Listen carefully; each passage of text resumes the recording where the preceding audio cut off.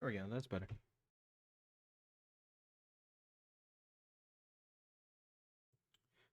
Alright. Early morning stream. Hardly anyone's gonna show up, but I gotta play some more for Cybertron, and I'm quite bored. So I might as well stream.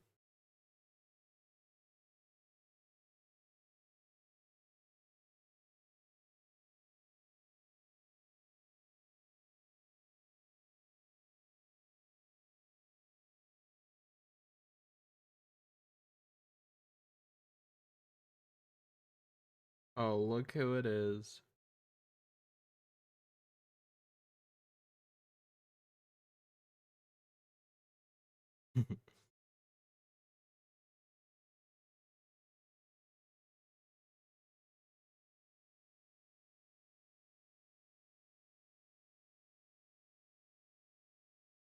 How's it going, Crayon?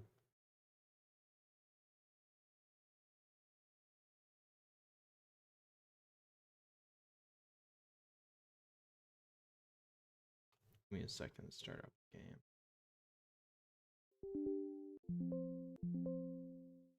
I gotta finish the campaign because I kind of want to bring back Wildlife of Cybertron, but in order to do that, I need to actually have the campaign completed.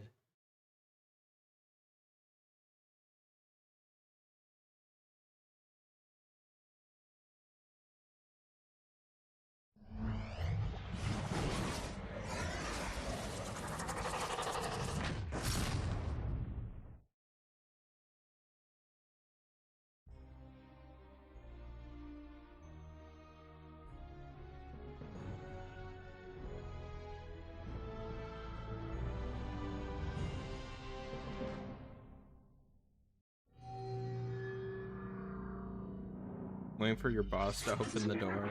That's crazy. Can't believe it. Cybertron, our home. Good morning. For generations, it has been a peaceful world. Such a peaceful world. Yeah, I don't usually stream that early, but I woke up at a pretty decent time, so I was able to just kind of log on. Was gonna get some footage for Wildlife of Cybertron.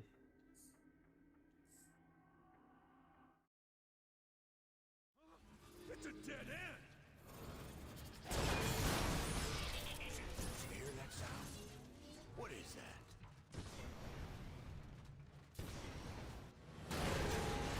Whoa! Those look like turrets on their backs. I think they want us to ride them. They can sense we're here to help.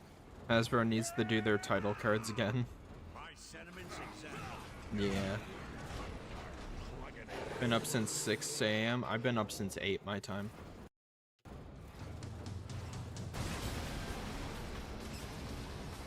Aw, hell yeah.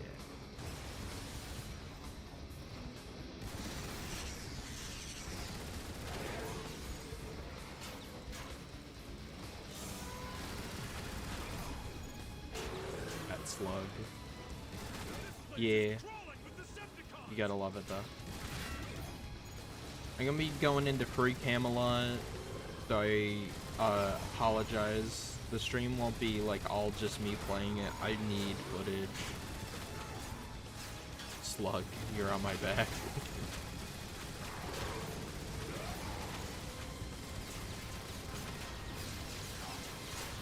Megatron has an entire army down here. It makes sense for Megatron to have the core so heavily protected. It's his most valuable asset.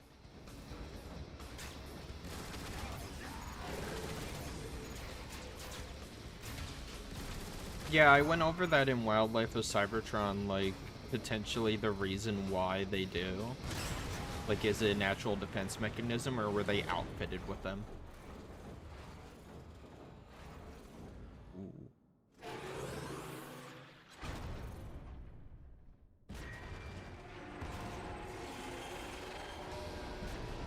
Did you see that? How could I not see it?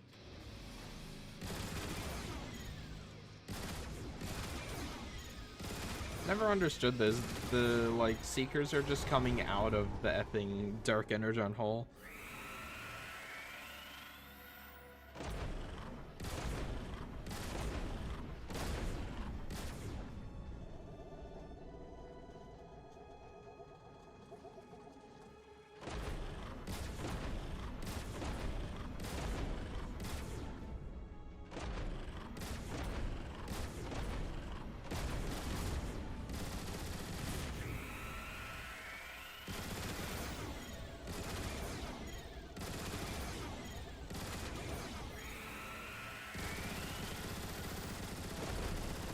Die.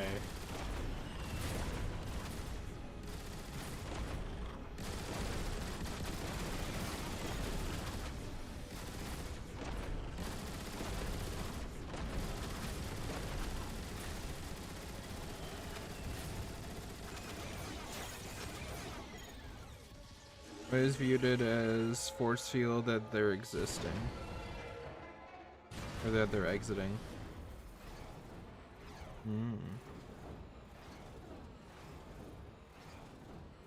Best game. There's not a better game than this one, I'll be honest.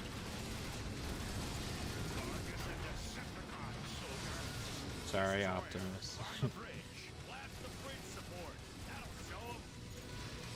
I'm way ahead of you, Ironhide.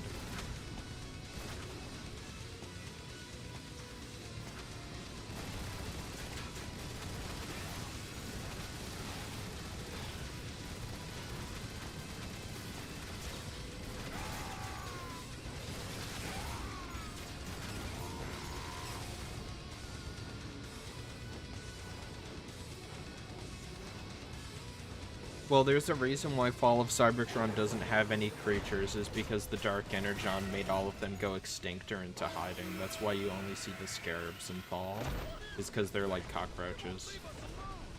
They can just survive on very basic, low emissions of electricity.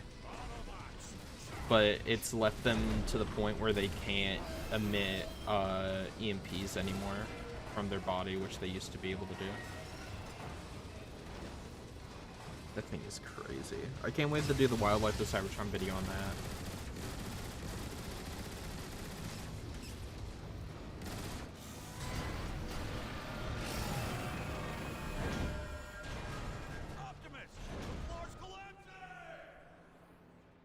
Really? It's 10 p.m.? Autobots, report your positions. Where are you? I have no clue where I am. I don't see either of you, or the slug I was riding. We need to regroup, move forward, and stay in contact.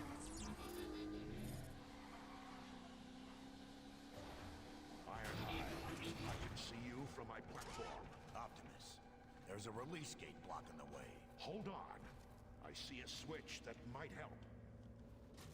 Thank you, Optimus. It worked. Ironhide, I've encountered another cycle. Do you see a control panel nearby? Slug, no. That's one of my slugs.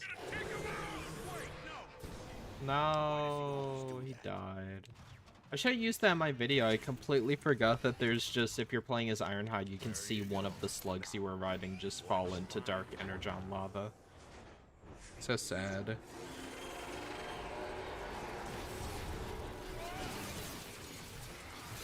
These things are also going to be weird to do videos on, because they're kind of like head crabs. Yeah, transform. Next time, wait for us. We see you, Warpath, but we can't reach you. We'll try to find a way around.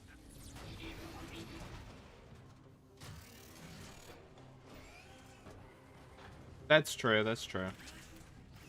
I enjoyed that so much, though. The fact you can kind of play the game as a different character and you get a slightly different route. Hang on! I think I'm at the control station for that area.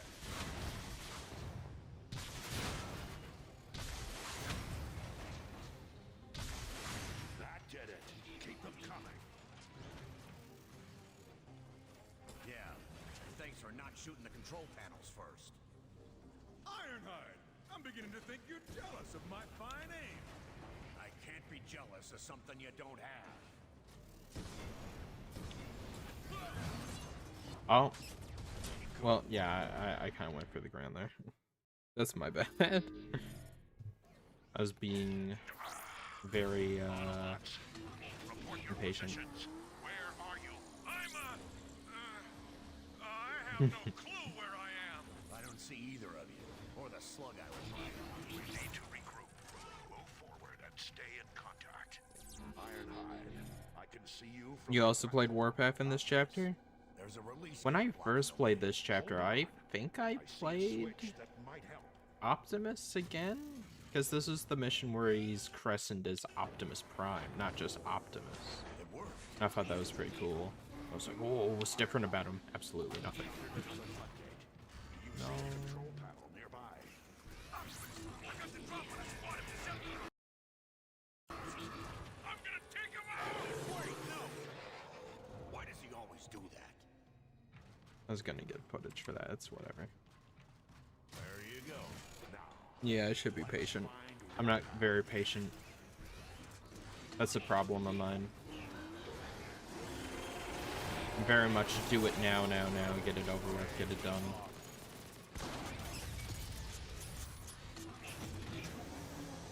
next time, wait for us. We see you, Warpath, but we can't reach you. We'll try to find a way around.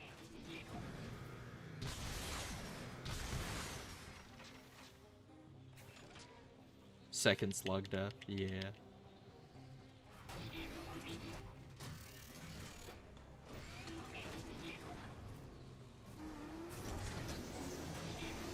Warpath, we're at the shore of an Energon river, but have no way of crossing it. Hang on! I think I'm at the control station in that area. I'll put this to good use. It is a necessary war to return us to glory. As much as I like that one, I've been thinking about changing it out. I don't know what I would have it as, though. That's the only thing. Thank you, Yoshi, 1, 2, 3, 4, 5, 6, 7. No, it's Yoshi, 1, 2, 3, 4, 5, 7, 8, 6. Yeah.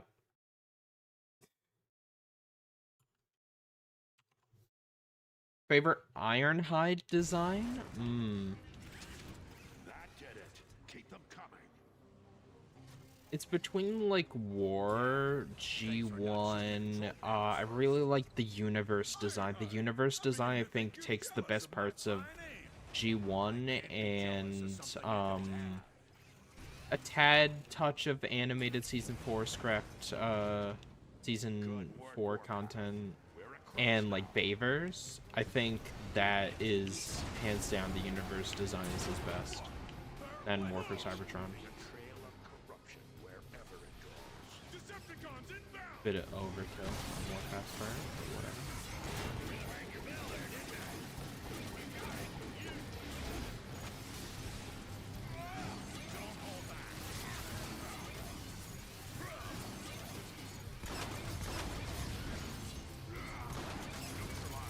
Have you guys watched Wildlife of Cybertron? I'm thinking of bringing it back. I've been doing a lot of different stuff, but I want to go back and actually finish a series, like an original series.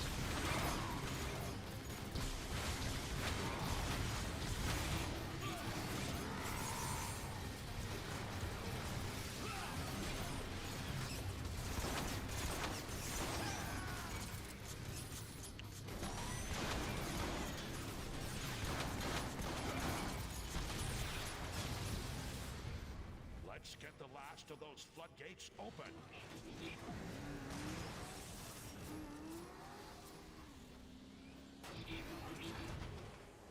Hi guys, welcome back. Look, that's the outer shell of Cybertron's core. Wow. If you don't save the space slug here, you're kind of a monster, I'm gonna be real.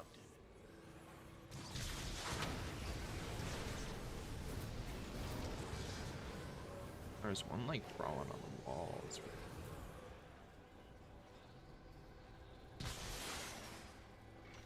Can't shoot him. Don't have a hitbox. Unfortunate. I did save the slug. Yo, Blemmy, what up? Yeah, I don't know if you were on last night. I was dead tired and I just was like, I'm going to bed. I was like that one effing girl. Who the Hawk to a girl. Alright, guys.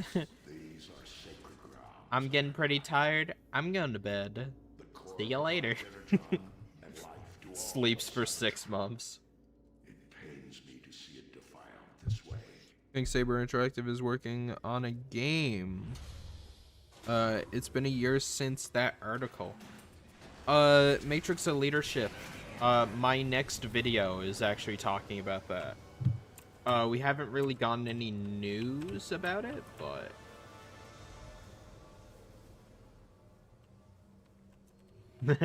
Look at him.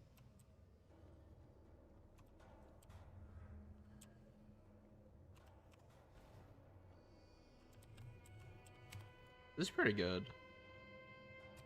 I recreated those in 3D. Unexpected stream? Yeah. Played poker last night. Oh, interesting. I still think the Saber game is coming. I don't think it's going to be like Reactivate, but the chances of it being a Transformers game are hit or miss.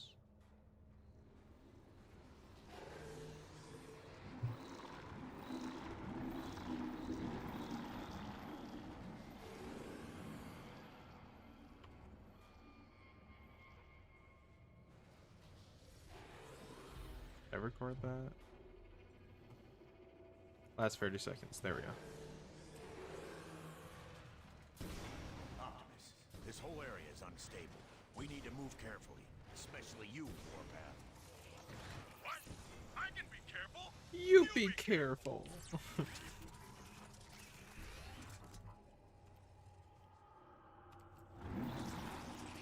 Bruh, that's so true. We never do a good game. Look, the scarabs are here. Very soon, I will be able to say that I've covered all of the wildlife in this area, in this room. Because I've done the scarabs. I've done the space slugs. Now, just need to do these guys.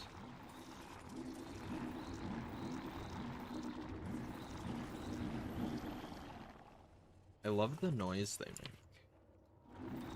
See, High Moon is just so effing talented and amazing, and I love them.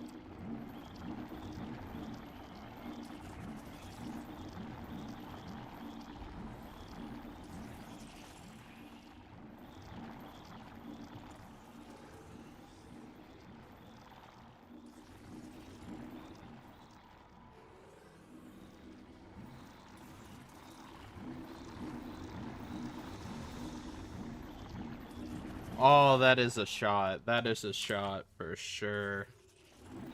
They are jellyfish. Although I'm pretty sure the wiki calls them Cybertronian butterflies. Or something of the sort, for some reason. Which is beyond stupid. Pretty sure it's called Cybertronian, jellyfish, perhaps. Or it's that's what you think they'd be called, but I think they're called something else.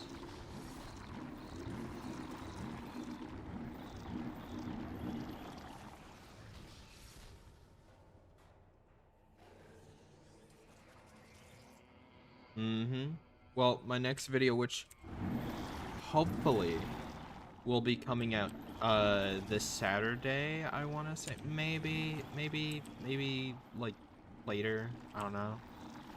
I need to finish editing it, but like I'm kind of trying to take a break and get through it at the same time. Kind of thing, you know what I mean?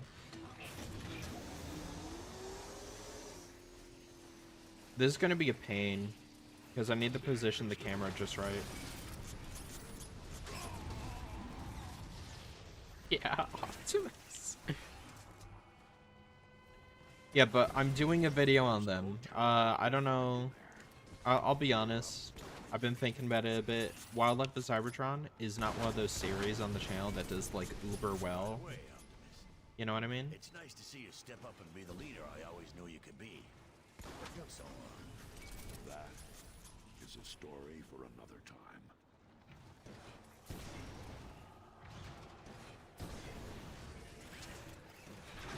But I want to keep making it because it's one of my favorite series on the channel to make, and I feel like I could do it a lot better now because it's been 6 months.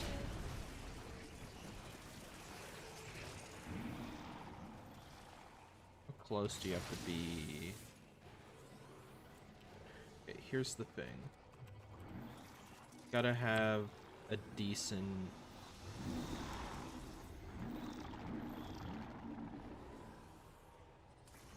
Decent view of this.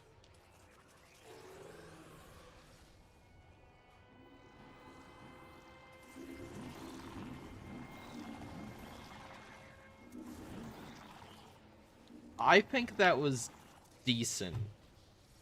If not, I can just go back and get it, but...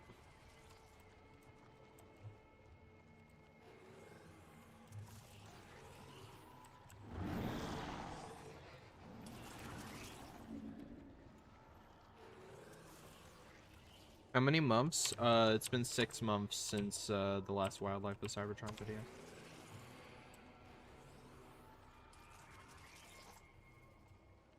He's so crushed. Look at him. Poor guy. Oh, they like cut him in half. That's really sad. Ooh, but you can see kind of like the circuitry up close.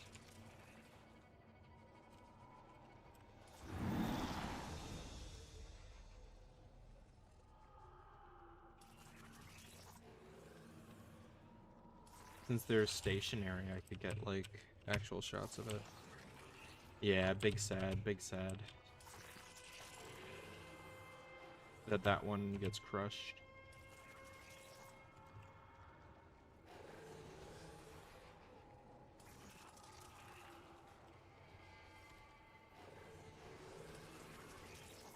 Okay. That's gore of my jellyfish.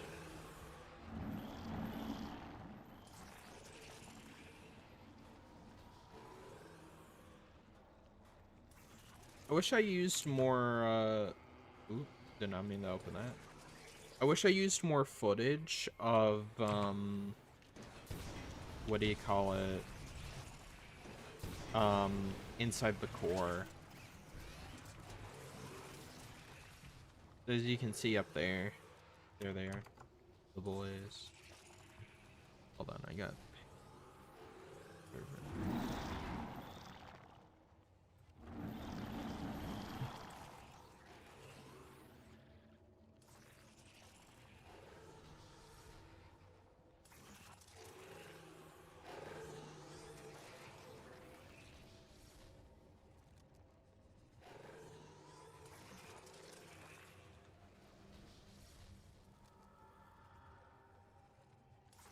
Rest in peace, my jellyfish. You got hit by a bazooka. Okay.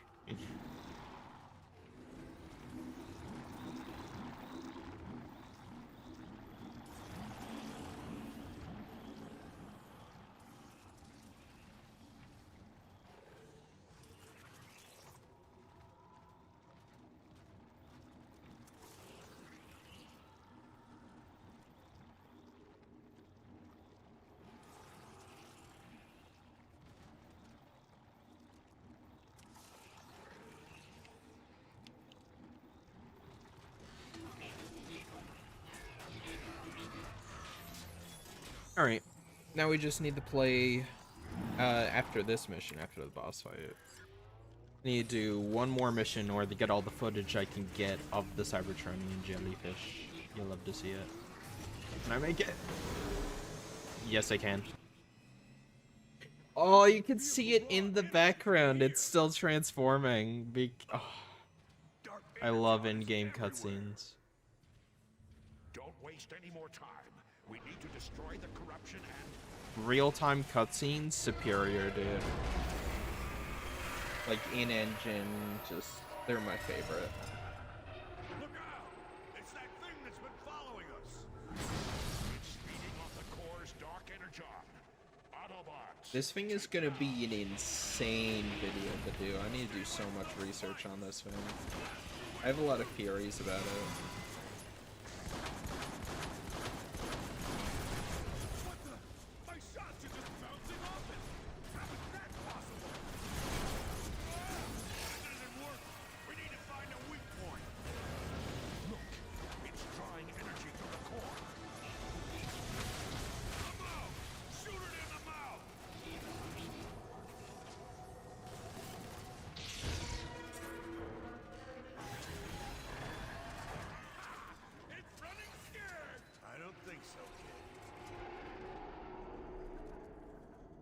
Did not know you could do that. Galvatron was in this game, he would look so cool. True. I'm sure you could make a Galvatron in Fall of Cybertron's custom character maker, especially with the extra parts mod, like the cosmetic mod.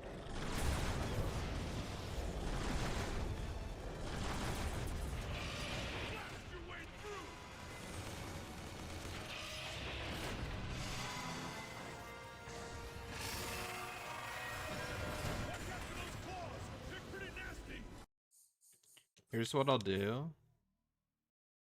I'll have dialogue and music off. How weird and different this game is without it. I just want to appreciate the sound design of this game right quick.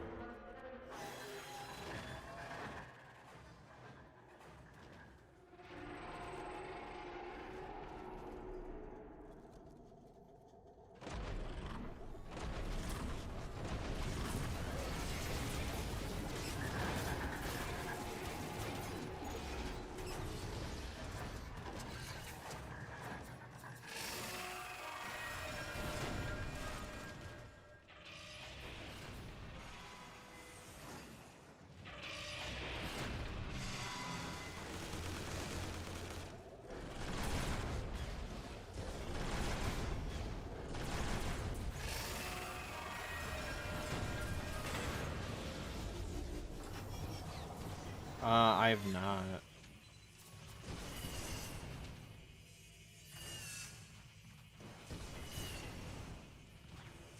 Pretty sure this is the last phase, so it literally dies after it's done doing this.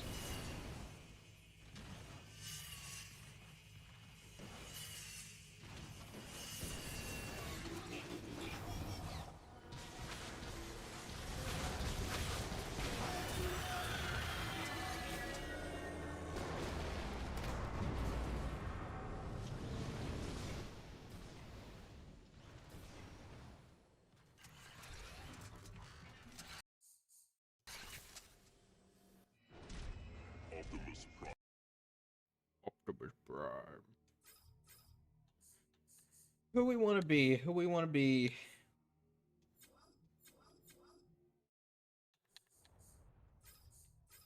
Roll out.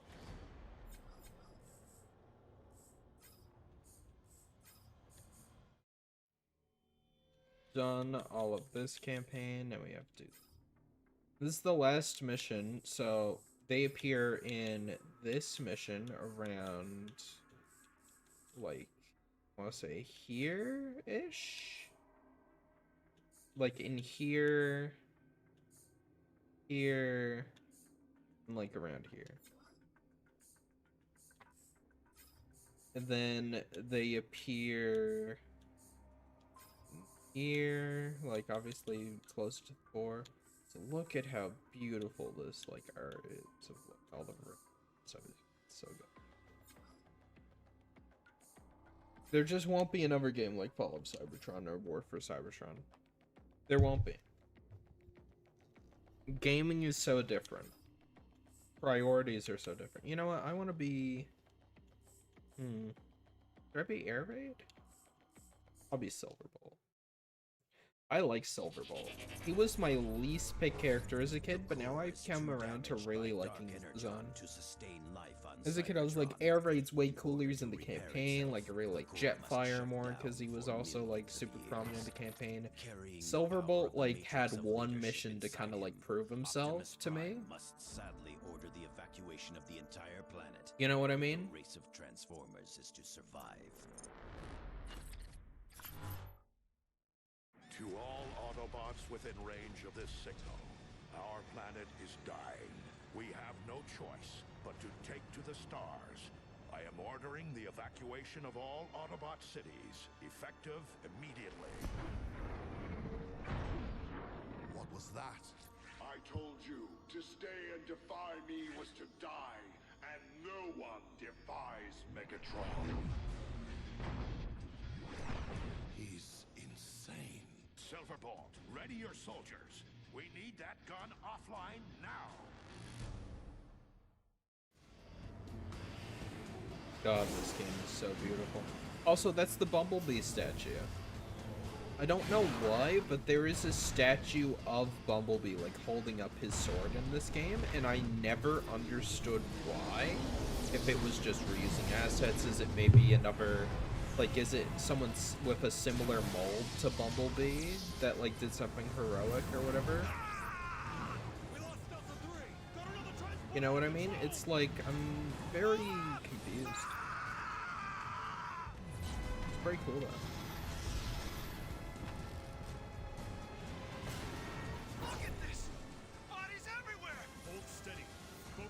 Yeah, he is. Silverbolt, we even have a plan. The Energon Bridge draws power directly from Cybertron to fuel the gun. I've really come around to Silverbolt's design here. Shut it off. That'll give the transports enough I think he's a time good to leader. escape. Keep moving. Head through the beam conduit. Watch it. He faces his fears every single day just by being alive. He literally turns into his greatest fear. Conduit. That's what makes him such a great leader and such an interesting character, is his main fear is at odds with his alt mode. I think, personally, someone's alt mode needs to, like, kind of match their personality somewhat. That's why, like, someone said, like, I never, like, when I did the Cosmos 1K special, I had someone in my comments say, I never realized how much Cosmos's alt mode and his personality, like, kind of overlap, like, how it is, like, kind of like almost a metaphor. Like, it's awesome. I'm like, yeah, it's awesome. Called visual storytelling, baby, and nothing beats it.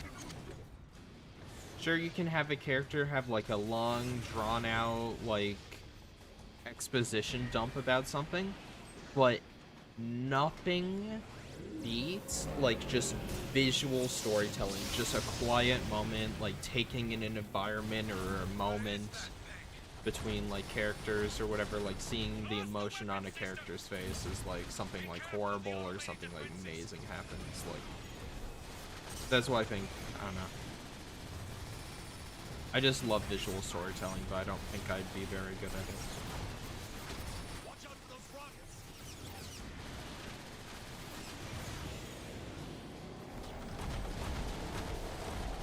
Can we two-cycle this? Let's see.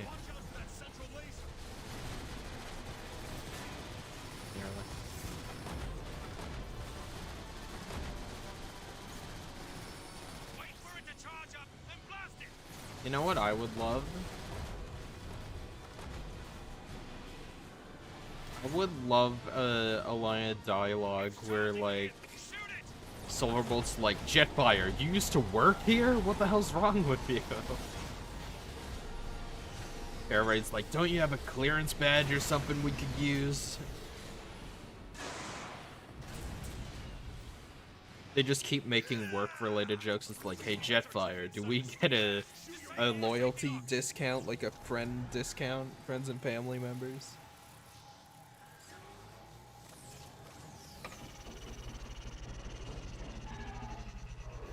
Yeah, I wish Superion was in it as well.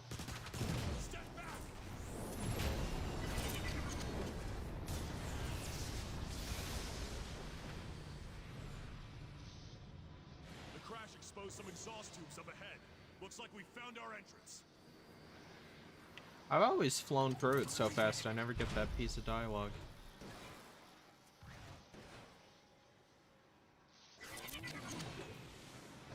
I never really stuck around.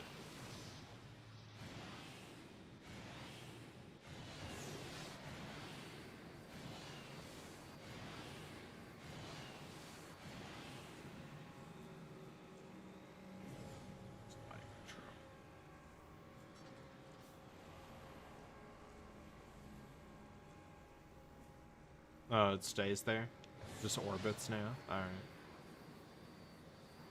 Can we just talk about how effing insane this thing is?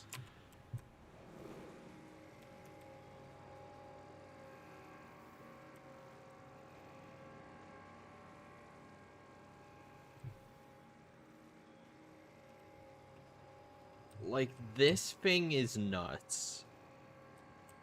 I can't tell you enough how crazy this thing is.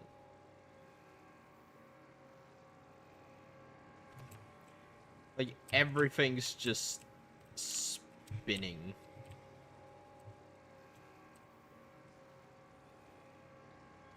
Beast Wars characters in this game would be interesting.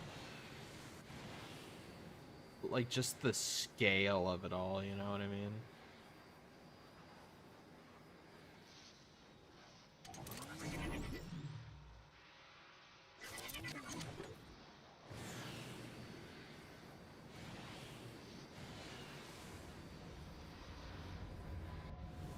It's gonna be pretty choppy in those vents.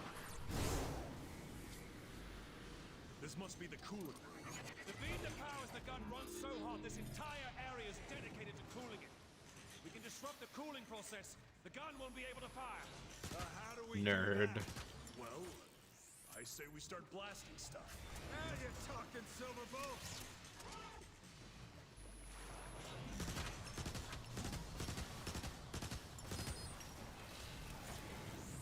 I like how most groups have a medic. Just a designated medic role. That got their attention. Decepticons incoming. There, activate that terminal. We need to pinpoint the location of the coolant pump so we can shut it down. Alright, this is our next segment where we need to do some recording for the video. You guys get to watch that Wildlife of Cybertron video when I decided to make it and be like, I was there when Rust Ranger recorded that. I was in the stream. I didn't get it before, but now I get it.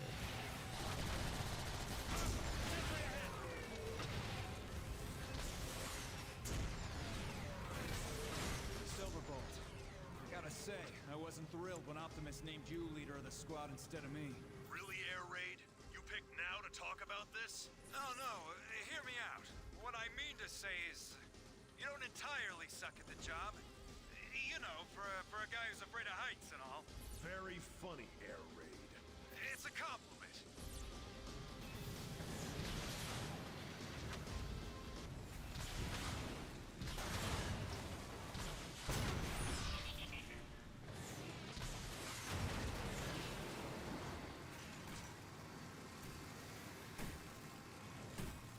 Okay. I gotta talk about it. This. I don't know, I just like it.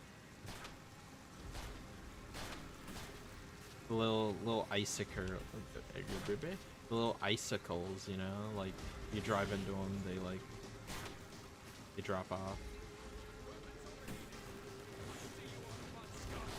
Really is just the same room again. They probably wouldn't notice that up ahead they used the same room twice.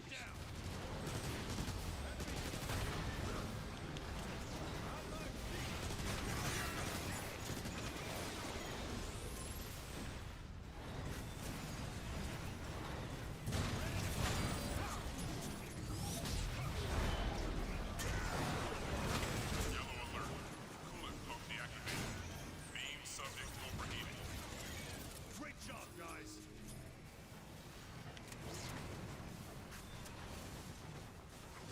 Cyclonus design? Ooh. G1 or IDW. IDW has the best. Hands down. There's not a single one that's better. Nothing comes close to IDW. It's just the G1 design but better.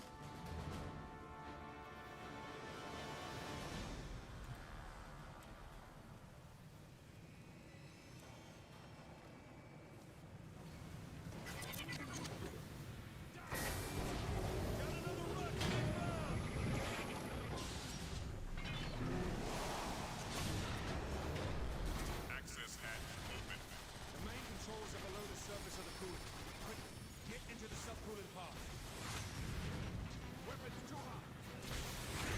Really does just suck to suck, dude. For the aerial bots and that just happened to you, like that's crazy.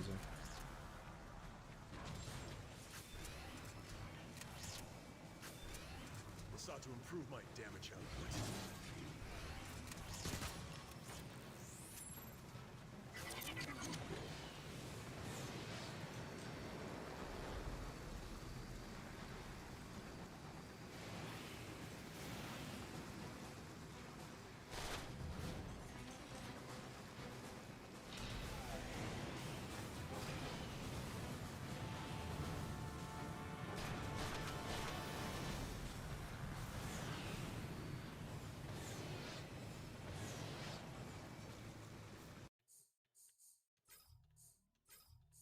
Roll.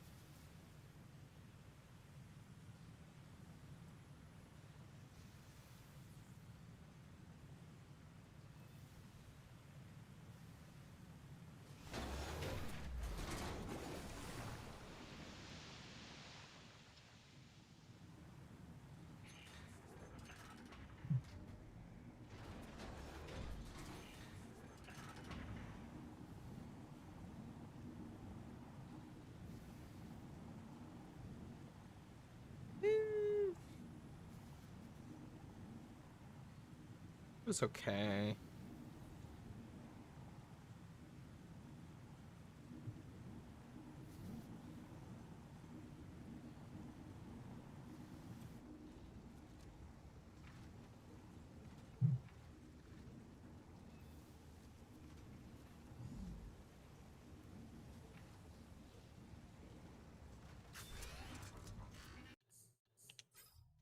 No, not restart chapter.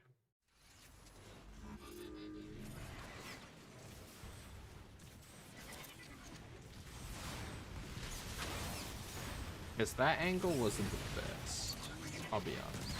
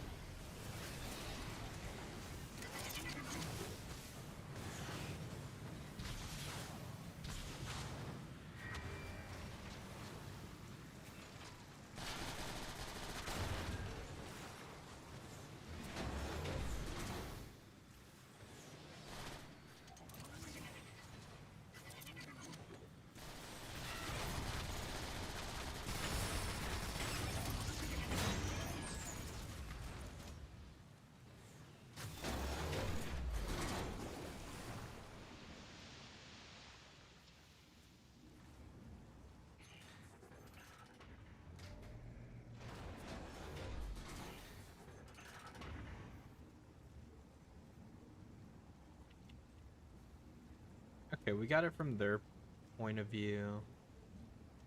You love to see it.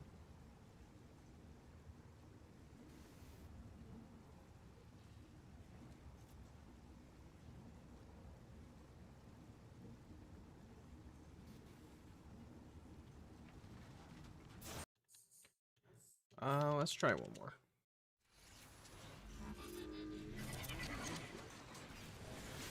I want to get it from their point of view, yes, but I also want to get it from just like the tank, or not the tank, but like the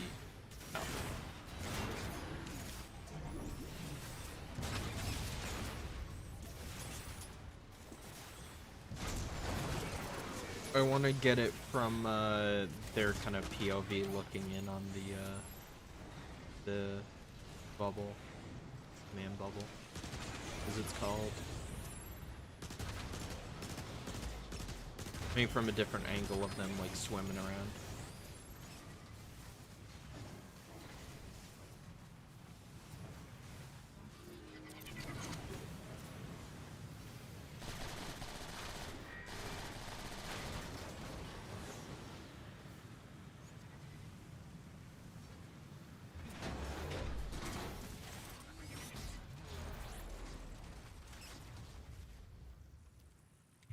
Okay. What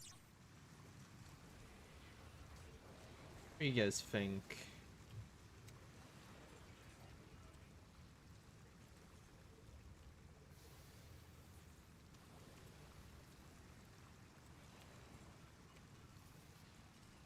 Like here, maybe? Ooh, does this thing get in the way, though?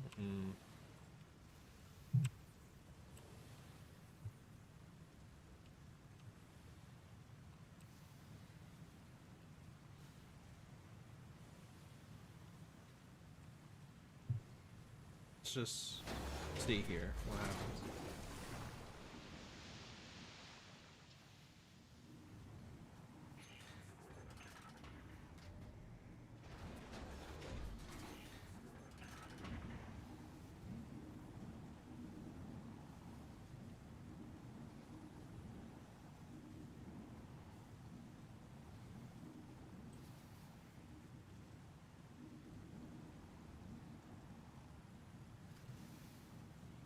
That was alright. Is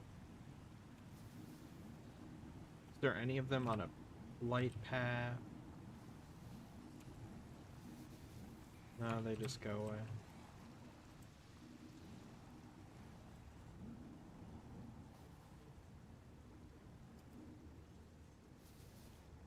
Yeah, it's...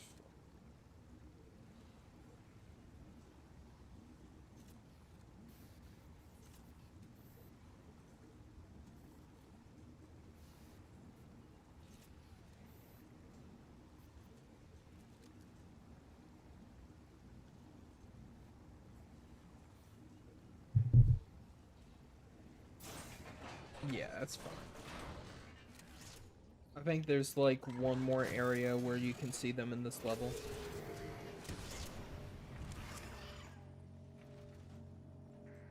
What are you laughing at?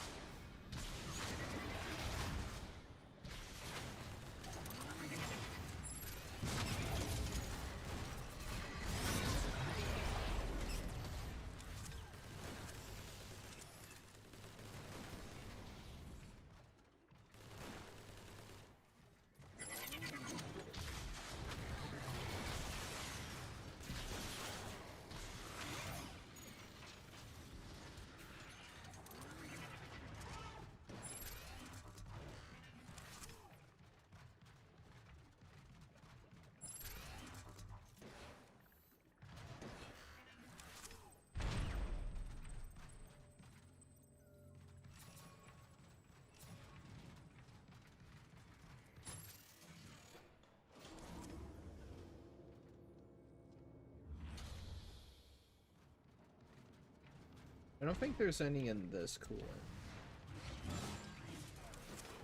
Just little safety bubbles.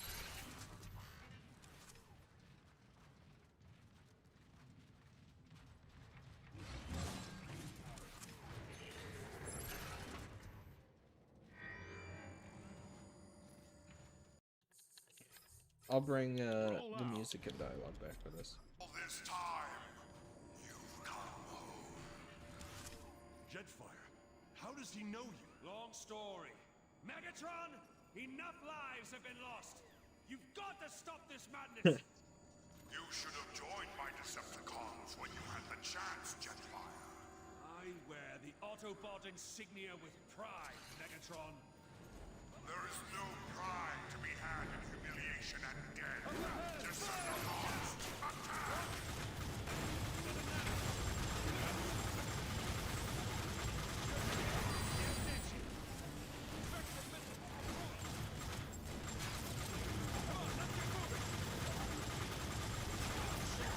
I love transformation invincibility. Thank you, Hyde. How they will spam it. Like, the AI knows it's OP, and they will utilize it. Your cause is lost, Autobots! Never! We'll fight to our last spark!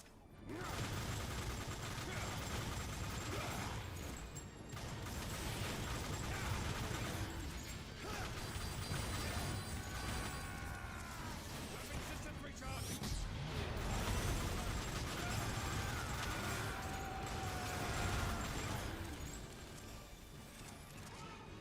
Decepticon vehicle approaching!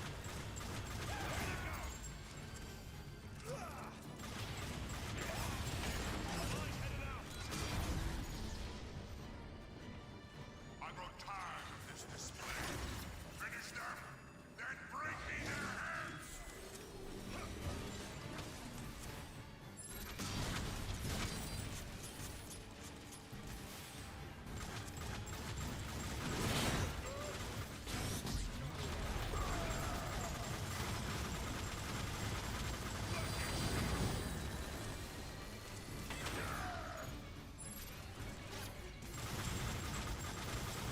Now that's how you finish a fight! Quickly, drain the coolant! Game also has some dynamic music, which is very nice. I hate that we didn't get Jetfire in Prime or any other cartoons in the Align continuity. Yeah, genuinely. Okay, In your face! am I dumb, or did anyone else have this experience in Prime when Ratchet goes, "It's an Autobot signature and it's airborne," and then Starscream goes, "I recognize that color scheme." Like, did anyone else think that was Jetfire? Am I dumb? Or did anyone else go like, "Oh my god, they're adding Jetfire to Prime?" And then it was Optimus, and I was a little bit disappointed, but I was like, "Oh, Optimus can fly now, that's cool."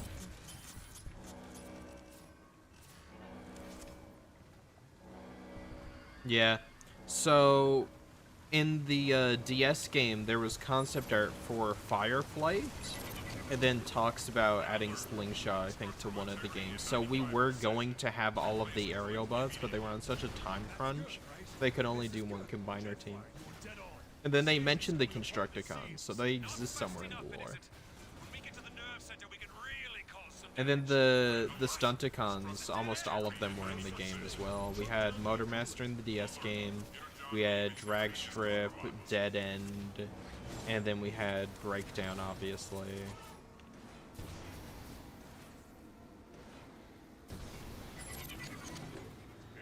Competent fools, find the Autobots immediately. The Autobots have overloaded the entire cooling system! Megatron will vaporize us if Tripticon goes offline! Move! Yes, sir! We're almost Beauty there, of developing guys. The nerve games, center's yeah. just up ahead. But this game had 5 years of dev time. That's why I say War is the better game. Is because it had significantly more development time. Also. Oh, the immersion is broken. This is beautiful.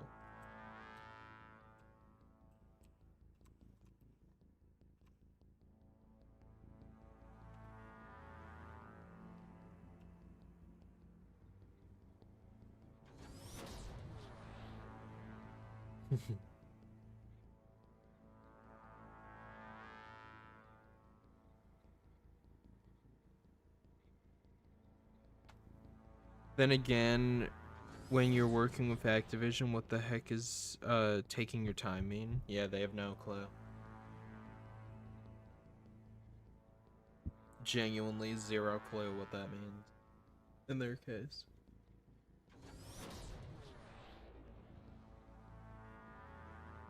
You know what? This could be my new background. This. Watch. I could turn this into a GIF.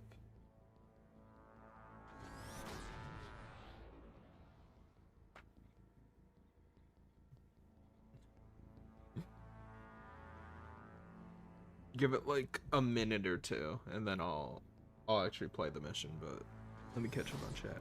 Yeah, you have to play this game. If you have PC or if you have a 360 or PS3 lying around, definitely recommend getting these games.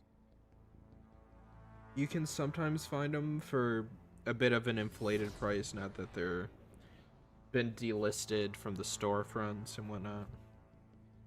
Rise of the Darkspark be better if given more time for development? They had like 6 months. Genuinely. They had like 6 months of dev time. Or less. Like they had to speed run that game. That wasn't their fault.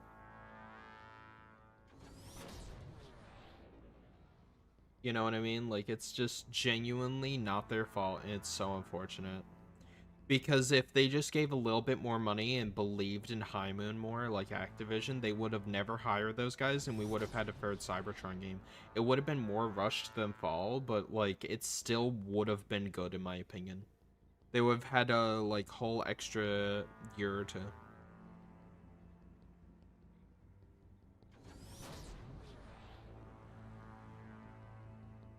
Yeah, that's true.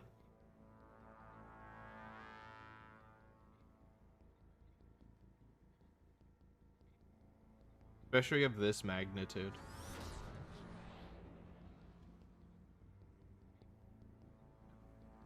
Alright. Well, I can use that as background now for videos.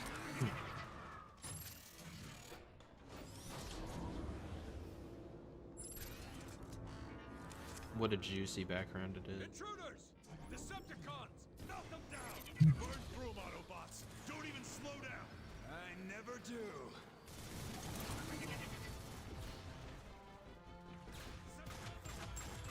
Red alert.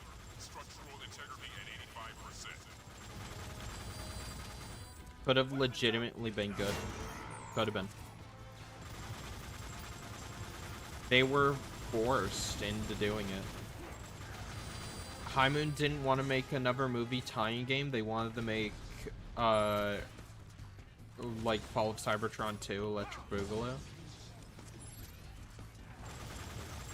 And then the new devs, given even less time, because they were brought in like last second basically, were like, the only way this can happen, like that there is an actual playable video game with graphics in it, and like a character or two to play, like new characters, is if we combine the two into one game.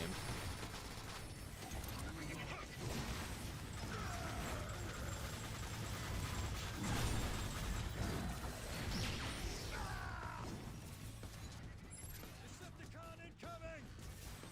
I'm coming for you, Autobot!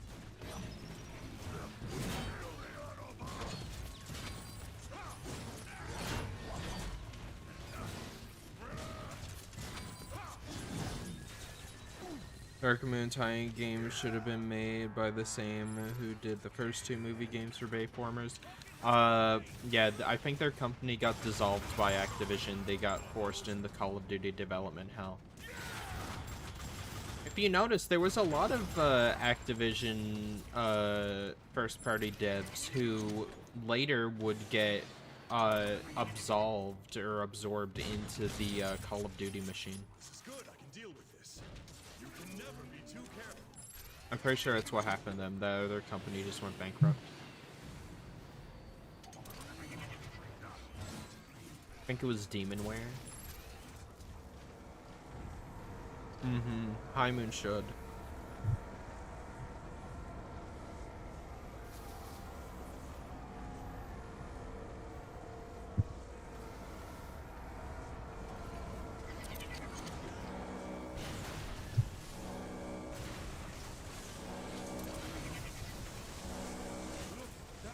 I think about that a lot. Same with Vicarious Visions. Vicarious Visions had the help with COD. Vicarious Visions had the help with Skylanders. They had the help with Transformers. They were such an overworked, overly qualified studio that was just given like no time, money, or like breathing room. And then they undersell or underperform once. They get burnt out once. Call of Duty mines forever. You work on nothing else. You make bundles now. That's what you do. You make the Tamagunji, you make the effing AI Slop bundles in the Call of Duty store. That is all you're good for now. And it is genuinely like a cesspit. Yeah, it was gradual though. That's the thing is like if they want an excuse.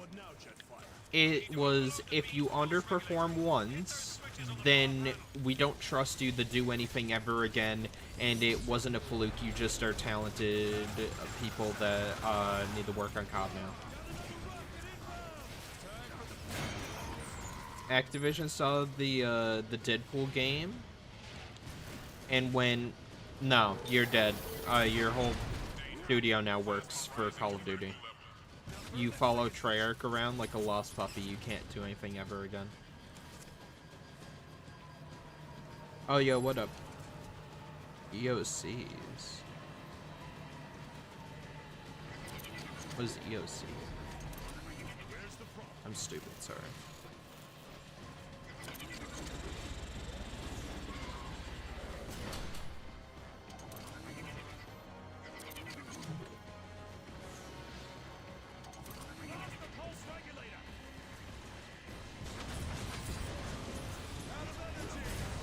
I meleeed the plasma core just got meleeed.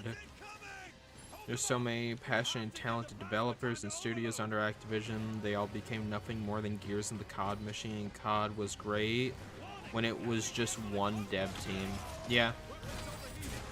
Here's the thing that a lot of people just, I don't know how they don't get it for their thick heads, is Infinity Ward sucks. Infinity Ward has sucked since 2010. I don't know if that's a hot take. That company is terrible. That is such a like, it's terrible. It's trash. Everyone keeps saying, like, Infinity Ward's the go. I love Modern Warfare. Modern Warfare sucked since Modern Warfare 2022. Or, not 2022. Modern Warfare 2. Like, the original Modern Warfare 2. I'm someone who got into COD late, so I don't have the nostalgia for it, so I can just say it how it is. It's garbage. Modern Warfare 2, half the devs that were actually talented and made up that studio and made it what it was, left.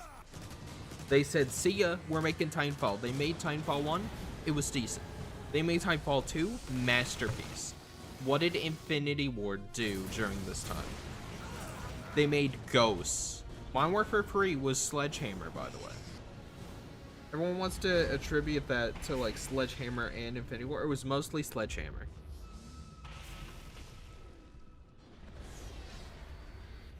And then you got, must say, Autobots, your stupidity is staggering. Did you not account for backup systems at all? I love that line. I love it so much. You're like, oh, the mission's almost done. Meanwhile, you're only like halfway through the mission. It's like, yeah, we blew up the plasma core. Then it like shows this cutscene of like everything powering down. And it goes like, we did it, and then it just powers back up, and Megatron just goes, are you that stupid that you don't think we have any backup power up? Like, you literally thought you did something. That's sad. Anyways, Decepticons, bring me those heads of the aerial bots. They're still trespassing.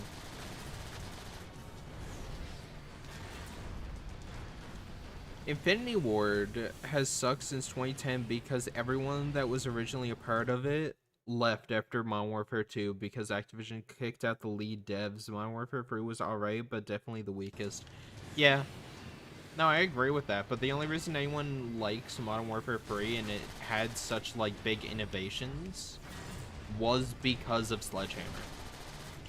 I used to think Sledgehammer was the worst, but then I looked at it and I was like, Sledgehammer is an innovator. They're a trailblazer. They are a breath of fresh air in a stagnant franchise that are being forced to do the worst ever. Like, they don't get to do anything. It's like, imagine you work at McDonald's and you do it for minimum wage or whatever, right? And you have no passion, no love for the game. You'd rather be, like, doing literally anything else. And then they're like, oh yeah, so we're not gonna pay you, but you need to come in and you need to keep doing stuff. And we need you to, like, put in more effort and do this thing. It's like, but that thing will fail, like it's a terrible idea. And then they're like, don't care, make Vanguard. They didn't want to make Vanguard. Well, you need to play this game. You will love this game. The Autobots are keeping the rest of their transports grounded. Take aim at the planet's surface. Destroy Iacon City.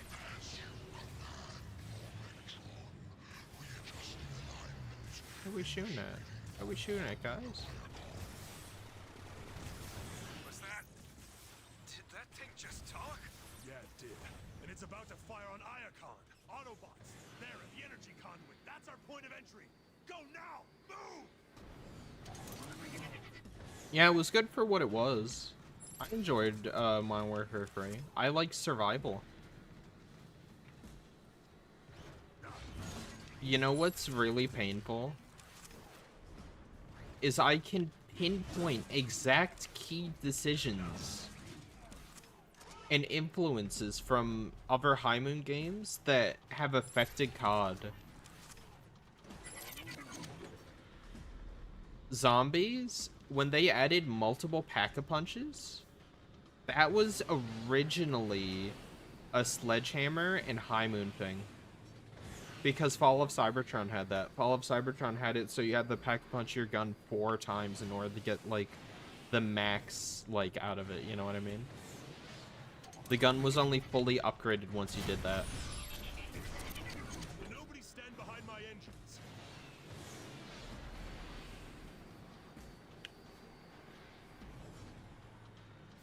Transformers.games, search it up. It's by, it's a site created by DPZ Luna.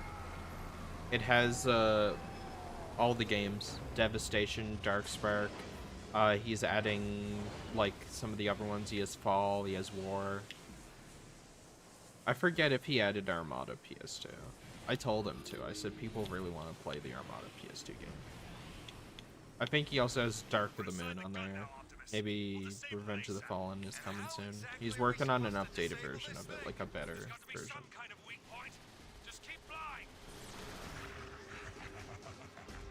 That sounded like laughter. Was that laughter? Silverbolt, we're taking a pounding down here. Get that gun offline. Come on, guys, hurry! Every time that gun fires, more Autobots die! Cannot stop me, Autobots.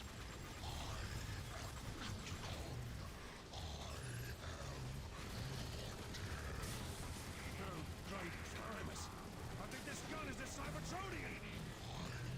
To serve Megatron and to destroy Autobots.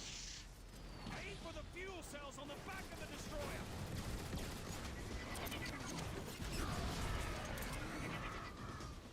Love to see DSP try and play this game, bro.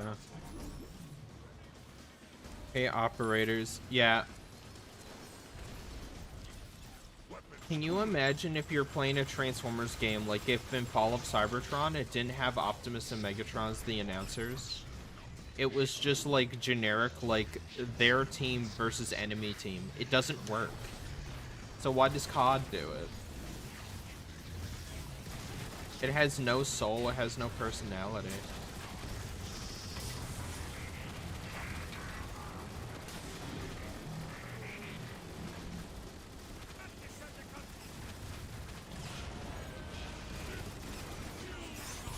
The last COD game I played and I bought with my own money was Cold War.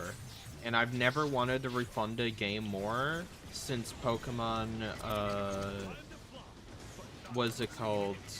The Diamond and Pearl remake one. Brilliant Diamond Shining Pearl. Never wanted to remove, like, a game from my library and just pretend like I didn't waste $80 on it in my life. I got, like, my money back because my friend, well, sorta. My friend bought, like, Brilliant Diamond off me for, like, 40, 50 bucks. And I was like, fair enough. This looks like the vapor cortex chambers. Keep I going. wasn't even mad about it. Like, sure, yeah, I'm not getting my 100% money back, but I knew I wasn't going to anyways. I have the coordinates for Optimus Fuck the Prime's scarabs. exact location. And Target him as now. well, I was at the point where I was like, I just want this thing gone out of my house. It's bad mojo. And I don't mind letting him have it and suffering with it. Scrapped. Hurry. Wait a second. Trypticon's a Cybertronian, right? Yeah, so? I at least got something out of it. If we destroy it, PDSP was so garbage. I love this game to pieces. My Xbox 360 broke and it kills me not to be able to run this back. Aww. That hurts my heart to hear. Yeah, I sold my 360 because, like, it just, I don't know, it was getting too old. And I was like, most of my games are backwards compatible, but I don't know.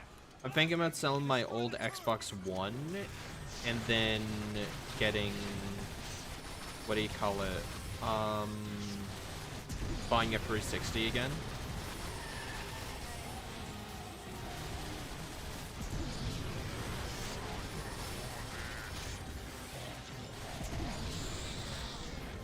Also, some of the turrets here are Omega Supreme's turrets, which is pretty cool. The little ball turret.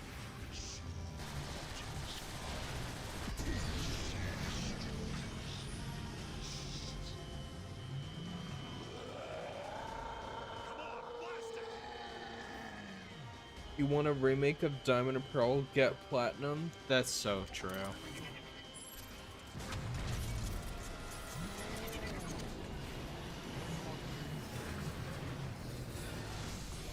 We need to get out of here now. What's he changing into? Those teeth? How evil he looks.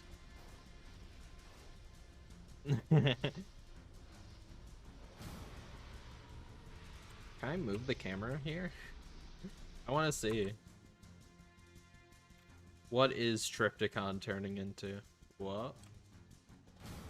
It's just a set of teeth in the sky.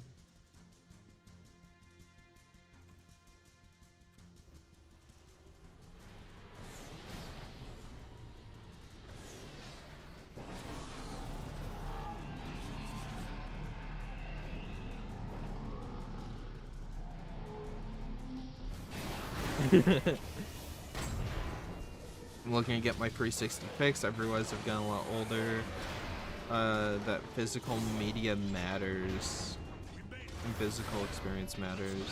Getting the full sensory of the classic Xbox 360 controller, like, it just hits. Yeah. I was thinking of getting, like, a 360 controller adapter. Like a real 360, not the crappy new one that they resold.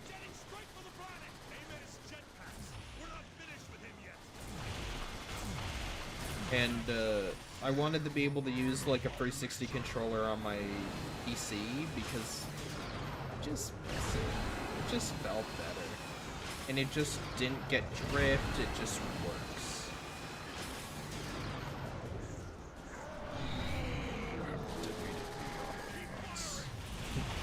I love Trypticon in this game.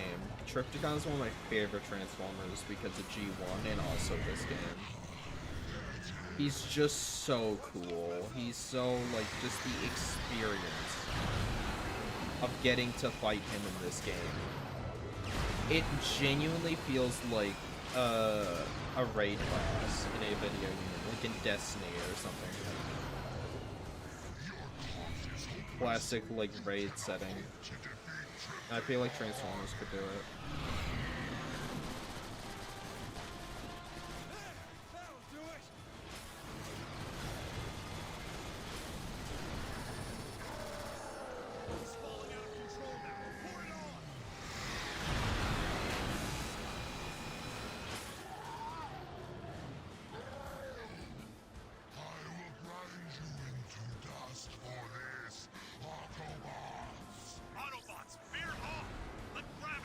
Optimus,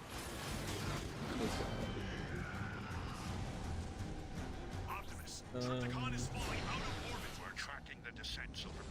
We'll I have take no it idea from what that here. is. Market basket. Doesn't sound real. The Pret emerges. Bumble guy, Optimus, or Optimus? I say we go with Optimus. We go with the goat. Yeah. Orbital cannon is offline, but has revealed its This is the true last mission. form to be none other than a savage So I monster. can't believe he was voiced by Trypticon. Fred It races to the Peshior. planet's surface like a meteor, I can never hungry pronounce to his enact name. revenge His on the vocal range is Autobots. amazing. He plays Ratchet, he plays Megatron, he plays so many effing characters in this game. I genuinely want him to come back as Megatron, him or Frank Welker.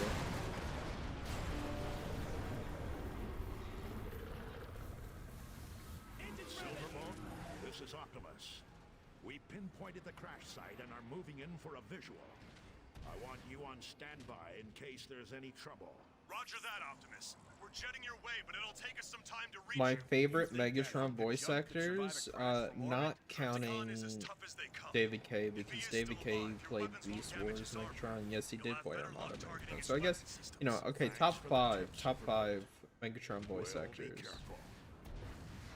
I think the, like, top 5, I'd say, like, do I like Fred Tedeschior over Frank Welker, though? That's the thing. Because both are so good.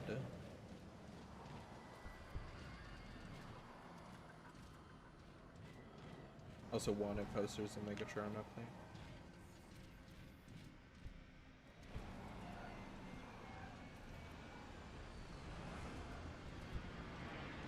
I remember sitting on my floor with a pencil and a paper, trying to decipher Cybertronian.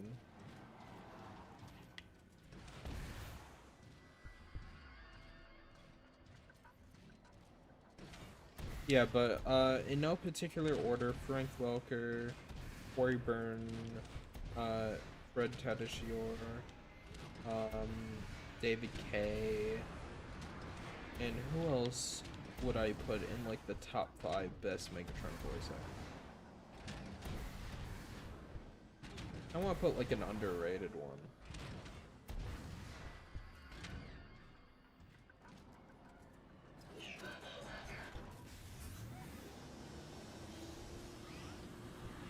Did I say David K? I think I did.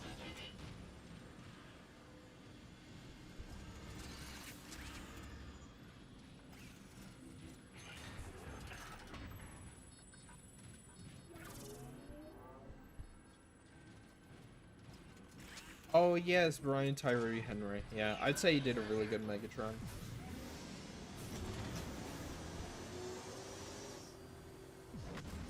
The way his voice boomed in the movie theater when he said, "I am Megatron," it was awesome. And at his size, Hugo Weaving is also really good. The thing is, I like him as Megatron. I think he's pretty good as Megatron, but honestly, I kind of want him to play Shockwave.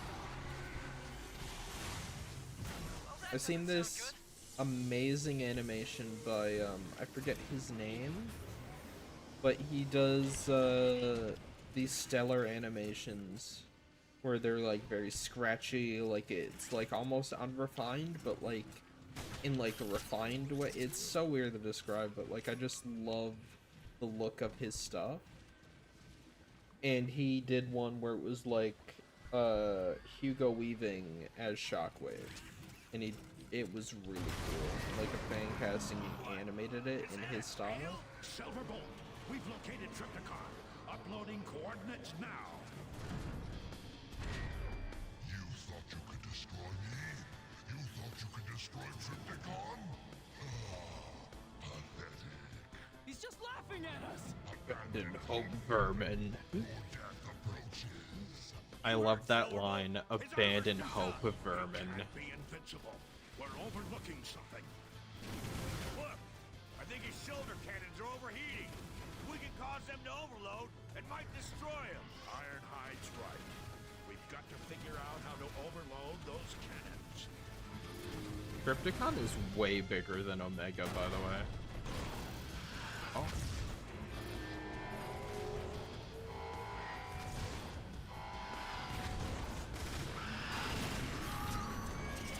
Watch, you can like speed up the process.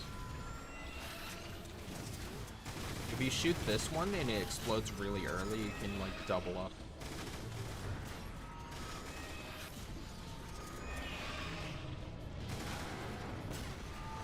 Our strategy's working.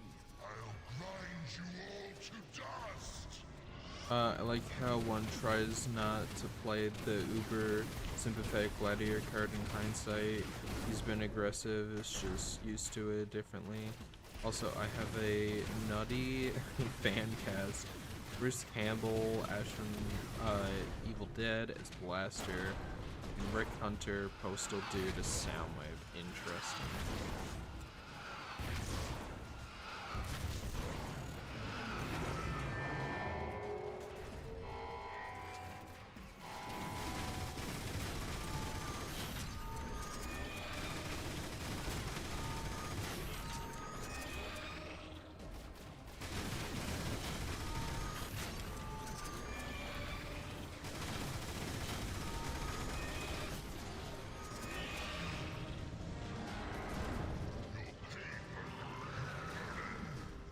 Alright, hold on. BRB. Sorry, chat. Give me 1 second.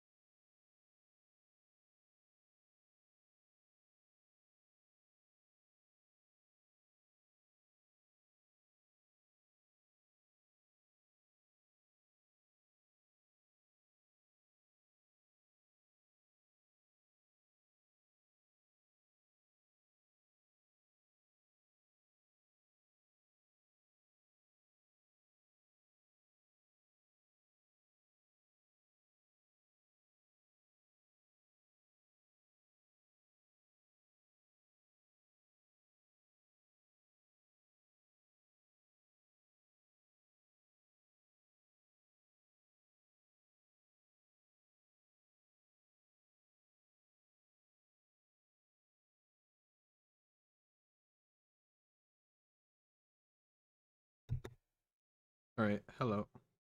Ranger, what are your thoughts on TF G1? Oh, Japanese G1. I love Headmasters despite some glaring flaws. Master Force and Victory are the goats. I, unfortunately, haven't really checked in on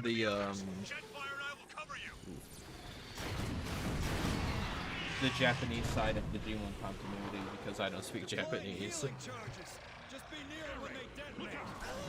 Silver Bolt, jet fire.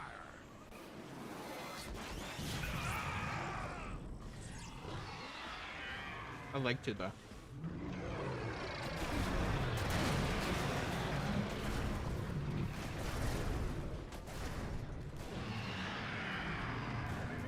Autobots, Trypticon is about to attack.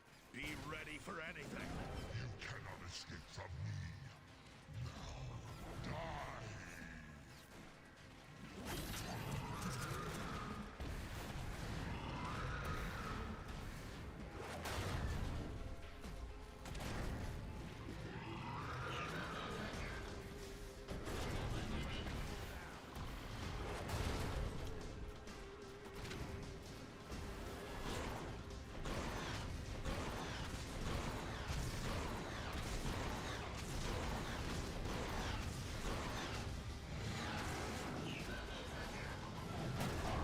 What's happening to his sides?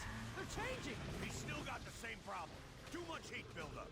Aim for those dissipation coils on his ribs. We're following Ironhide's lead on this. Target those coils. Autobots, target the nipples.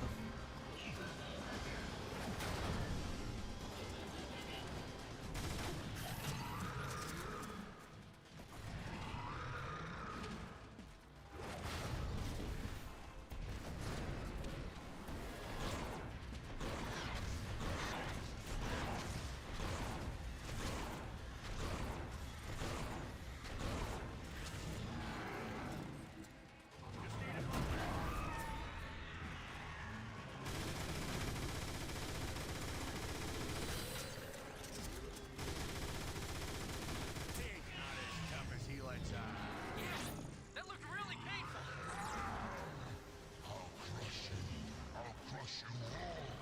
Keep it up, Autobots. We're hurting them. Thoughts on Fortress Maximus and Scorponok? They're pretty cool.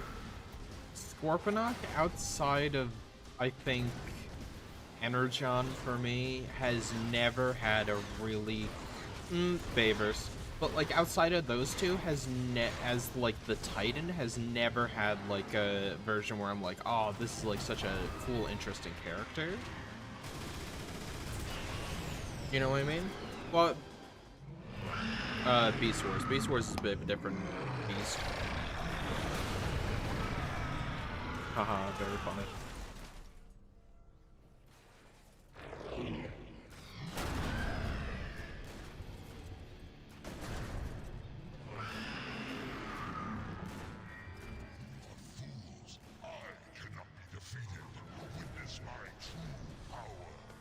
We barely even slowed him down. Watch out for that tail.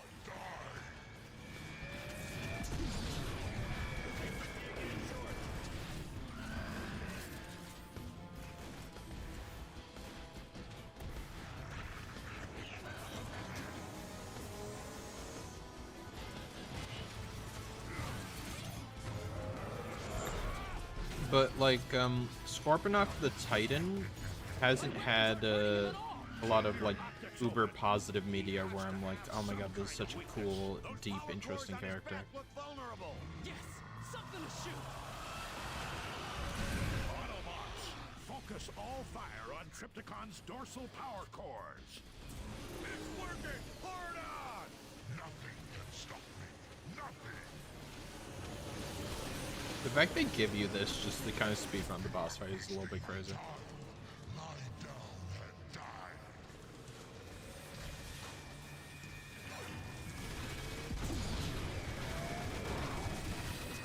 Okay, crazy thing here. I didn't know as a kid you could destroy those. I'm gonna be real. I really struggled with this boss fight as a kid, but as an adult, I'm like breezing through it. Have I read The Covenant of Primus? I'm a Transformers fan, I don't read. But yeah, no, I haven't. Not enough pretty pictures for me. That, and I'd kind of want to get it physically, like if I were to read it. But like that thing is uber expensive.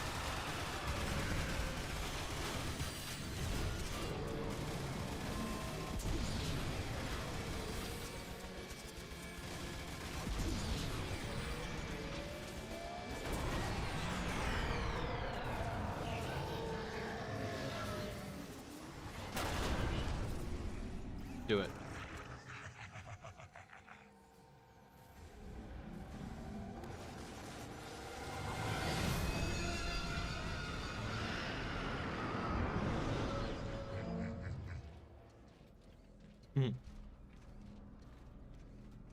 Thank Primus. It worked. You haven't defeated me, Autobots. You've lost, Trypticon.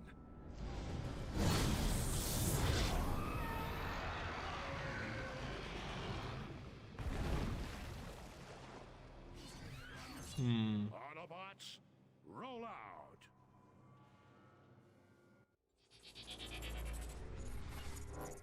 Trypticon is defeated, but the victory is bittersweet. I didn't mind where Optimus and the IDW, or others not watch IDW, as their jeez. brothers evacuate the planet in the Sorry. galactic transcendence. Skybound had a really good handle on her, I think. And I like the fact she liked Optimus and had like a romantic past, but like it's really starting to fade. But thanks to our combined efforts, many more will live to find a home elsewhere. Optimus, Megatron is still out there.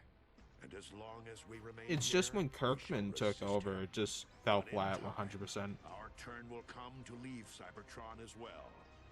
I have commissioned a new galactic transport for us, an Ark, in which we shall make our journey through the Best ending in a stars. Transformers No game. matter where we go, Cybertron will be with us.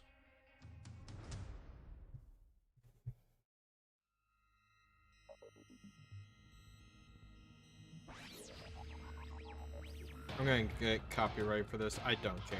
Matt Tiger. My hero.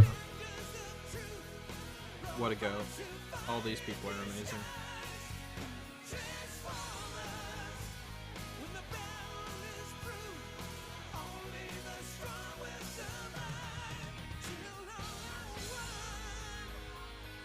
I wouldn't mind a little bit more romance in Transformers, I'm gonna be real though.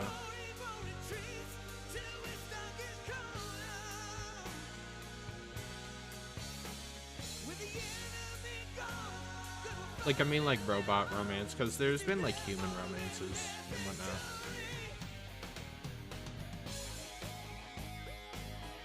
Something like Beast Wars did, where it's not, like, the whole show.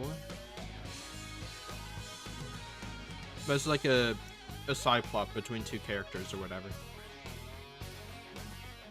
Like, built up throughout the show. Like, where you're like, ooh, I kind of want them to get together. And then it's satisfying when they do. Or like how IDW did it.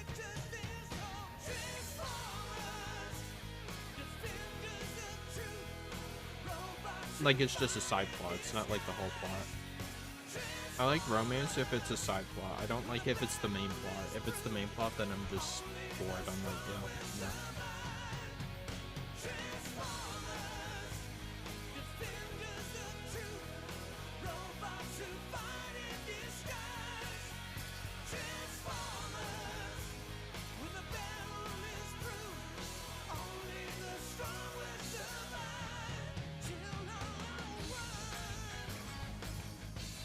I was a fan of the Ulster storyline. I liked it.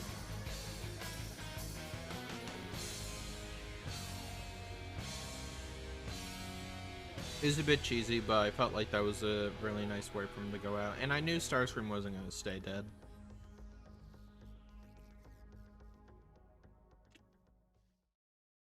You're not supposed to be fair.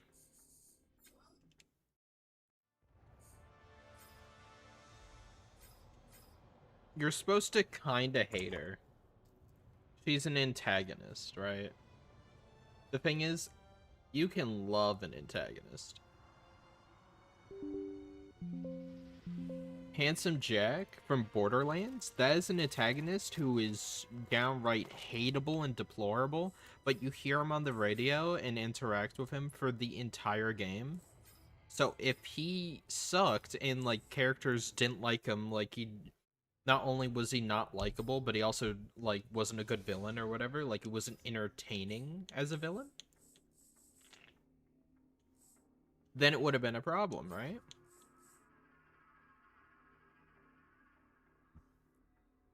But the thing is, he was entertaining as a villain. He was a phenomenal villain.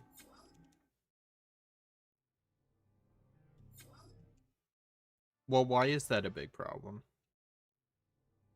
Autobots can be antagonists. I prefer Autobot antagonists.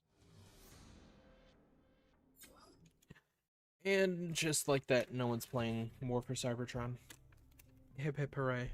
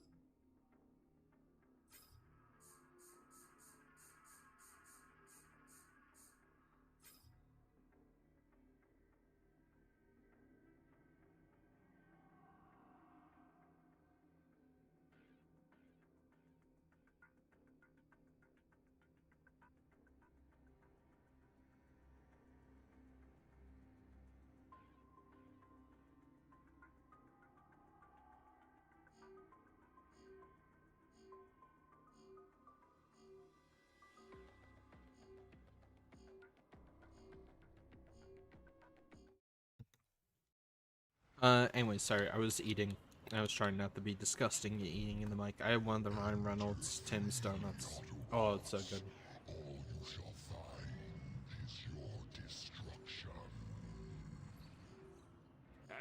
To me, an OC character, Autobot antagonist for OP, not Alita. Yeah, maybe. Like Dion, maybe. Dion would be very interesting. But, see, that's the problem. Alita 1 is someone who, like, hasn't had much character development, but has more, like, a personality. She's just Optimus's girlfriend, right? So to have someone like Alita be a somewhat of an antagonist to Optimus, I think makes so much sense and is just good storytelling. Like, there is a layer to that dynamic, right? It's not just like an Autobot who's fed up with him. It's someone who knows him, someone who loved him, and then is disgusted by his actions. Johnny Forever. I'm assuming he's referencing Mr. Johnny Flash. Yeah, no, the thing is, I think she was a really good antagonist until that point. She was a bit too over the top with her hatred, I think, in some instances, where it's like, wow, you're really just kind of like blind and being a hater. But I think for the majority of Janiel, who the hell is Janiel? Who names their kid Janiel? Daniel Warren Johnson's run, Alita 1 was a phenomenal antagonist, or like, kind of like a antagonistic support character, you know? But obviously when Kirkman took over, it kind of fell for him. People just kind of were like, no, don't like. Anyway, fine. I personally hope they get together like in G1. I'm so annoyed Earthspark that didn't happen. They literally bring it up in Earthspark, and that's one of my favorite iterations of Alita. I know not a lot of people like Earthspark or haven't watched it all the way through, but they literally poke fun at the fact, like, that Optimus does an interview and Jawbreaker's like, so Optimus, the people want to know what's going on with you and Alita, and then he, like, kind of, like, is like, oh, well, and it's like, I don't know, it's a nice scene, but, like, the thing is, they don't interact in that show hardly at all. She's kind of like the Jazz, like the second in command, the lieutenant to him, and I think that's really cool. Making your girl boss wife, like the second in command of your army is pretty wholesome, but then they don't really interact or do anything together. Like, they're trying to have a power couple, but then they don't want a power couple at the same time. They're like, we want Optimus to, like, be, like, lone and stoic and no one understands him, but we also want him to be a romantic type and have a girlfriend and, like, have, like, people who care for him, like a family. He's a family man, you know? He's like the father of the Autobots. He's the dad figure. But also, he's cold and, like, you know, like, he's focused on the mission. But he's also a sweetheart. It's like, they kind of want it, like, both ways in a way. It's a little annoying. Optimus Prime is a loner who doesn't care about anything or anyone except for the good of his men and the mission. But also he has this girlfriend who he never talks about.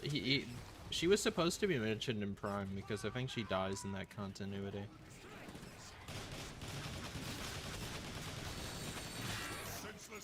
I'm convinced Hasbro has the mandate that says OP must not be in a relationship. I think he can be in a relationship. I just don't think it's allowed to go anywhere. Like, ever since G1, they're like, no.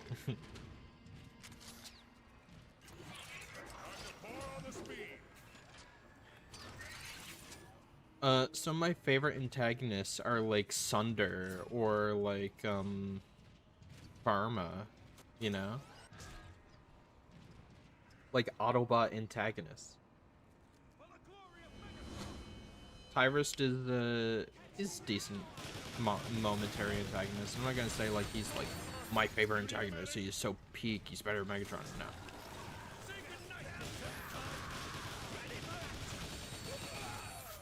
Really enjoyed Turn. If you know his origin, he's like an Autobot who became a Decepticon.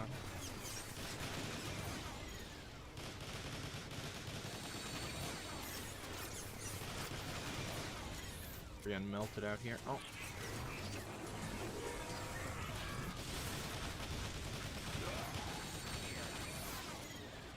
Flame could work as an Autobot or an antagonist. Yeah, exactly.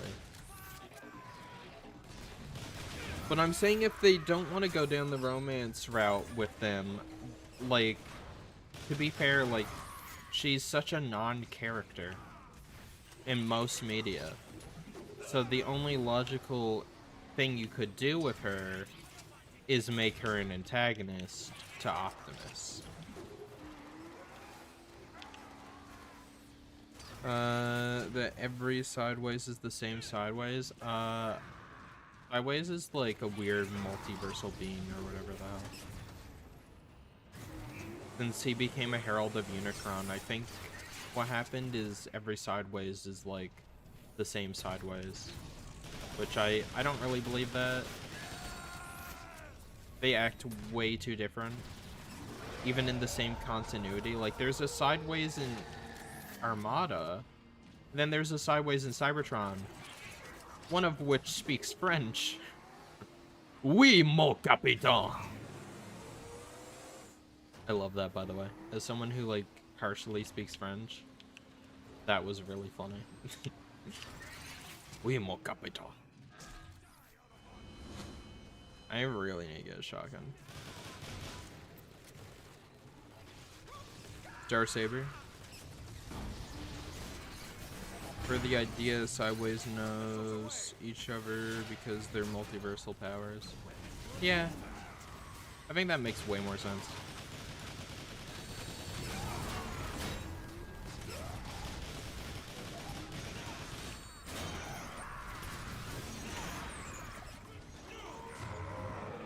I'm actually surprised we were able to get like a fellow Autobot in here. Pretty happy. Feel like I probably would have died around now if it weren't for him.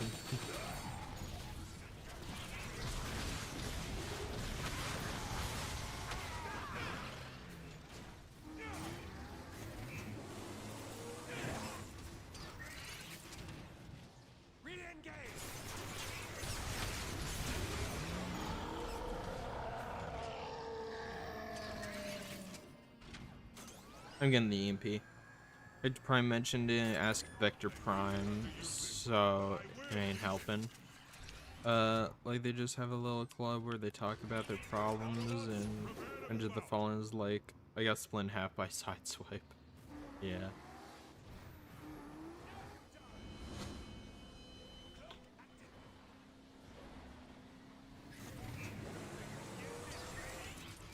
I don't like that Optimus's only love interest, though, has been, like, Alita 1. Alita 1, once again, is a non-character, in my opinion. They have, like, other than, like, a little bit of TF1, little bit of Earthspark, like, and then, I'd say... I'm trying to think now. IDW, maybe Dreamwave, the Bayverse comics a little bit. Like she just, I don't know, non-character to me. I kind of wish Optimus could have a different love interest.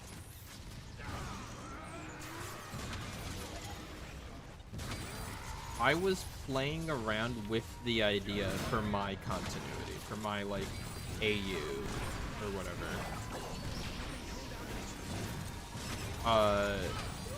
What do you call it? Optimus gets with someone else, or like at least has a romantic interest with someone else.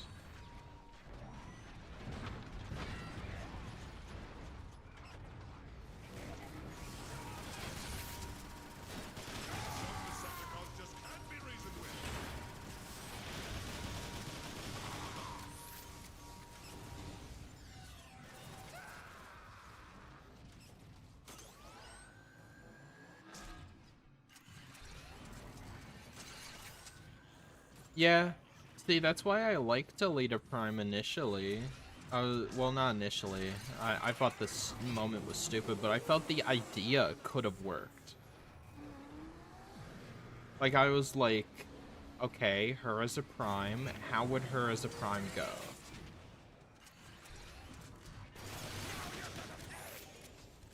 Then a bunch of losers made it like a political thing, and I'm just like, you're not helping.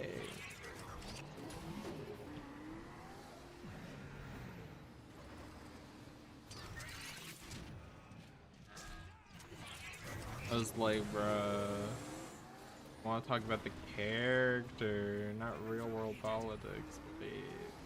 That's the least thing I ever want to talk about.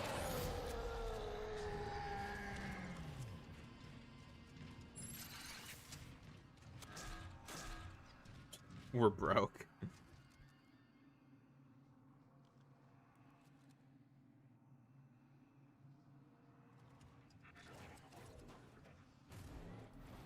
Make him gay. That is another solution, I suppose.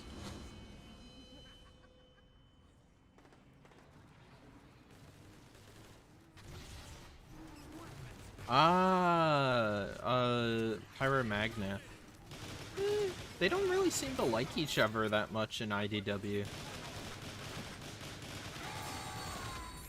I feel like there'd be a really weird power dynamic there because her whole religion and culture kind of worships him.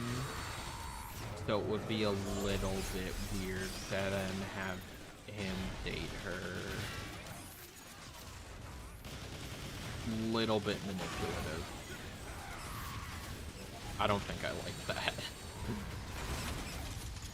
Yeah, the more I think about that, the less I ever want that to happen.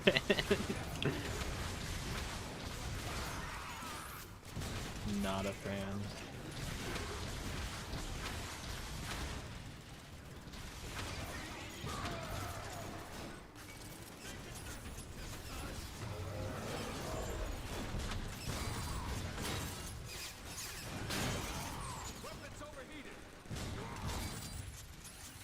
Not doing too bad. I'm married to God philosophy. Here's my autobiography. I was gonna say something else crazy why that wouldn't work, but I don't want to say that on YouTube.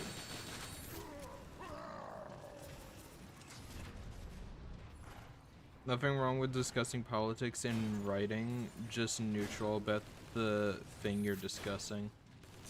It just, it can be so exhausting, especially because a lot of people will, when they're discussing politics with me, they'll discuss, like, their country's politics, and I'm like, that has no effect on me, and I don't have really an opinion, and I can't really have much of an opinion on it, because it doesn't affect me. It's not my country. It's not my, you know, like, someone from the US telling me, like, it means this because in the US it does that. It's like, I'm Canadian.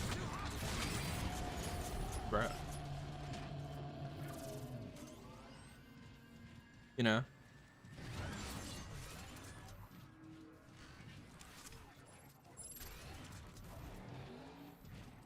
I mean, I'm not saying it can't work, but I'm saying, like, the implications are kind of weird there.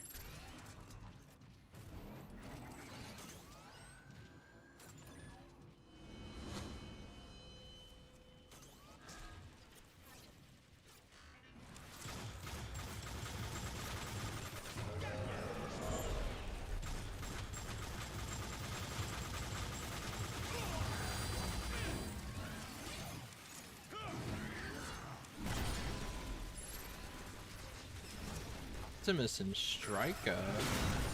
I think they've only ever... IDW too. I was gonna say, I think they've only ever been in one continuity together and they never interacted. It was animated and...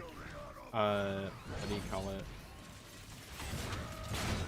Oh, no. This should increase my chances of survival. Oh. Thank God that was there because I'm poor. Did he die?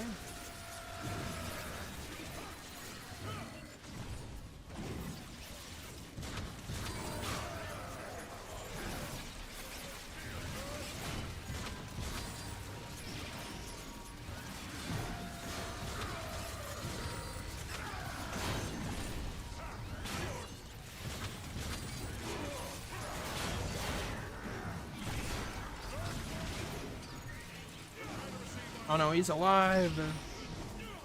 It's like, I don't like talking about topics too sensitive for me.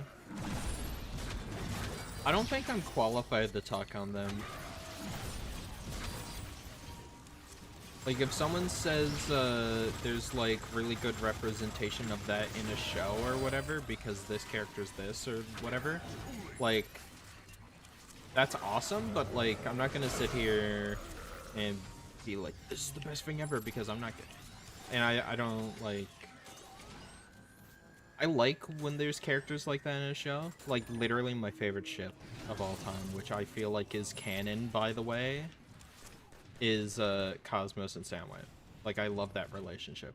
I just see that as just another relationship. I don't really look at that as like a checklist or inclusivity or whatever the hell. I just see it as like, oh cool, these two get together, awesome. You know what I mean? I don't think about it like that. I hate having debates with people on it. Like, I've talked to people that are like, I hate the fact that Cyclonus and Tail get together. I hate Chrome Dome and Rewind just because they're gay. I'm like... Okay. Kinda weird.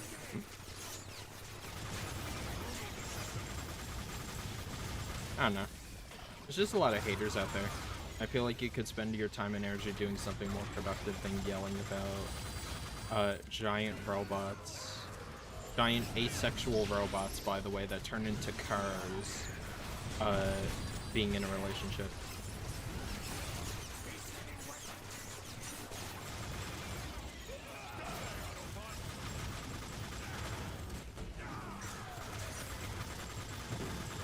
I do want to say, though,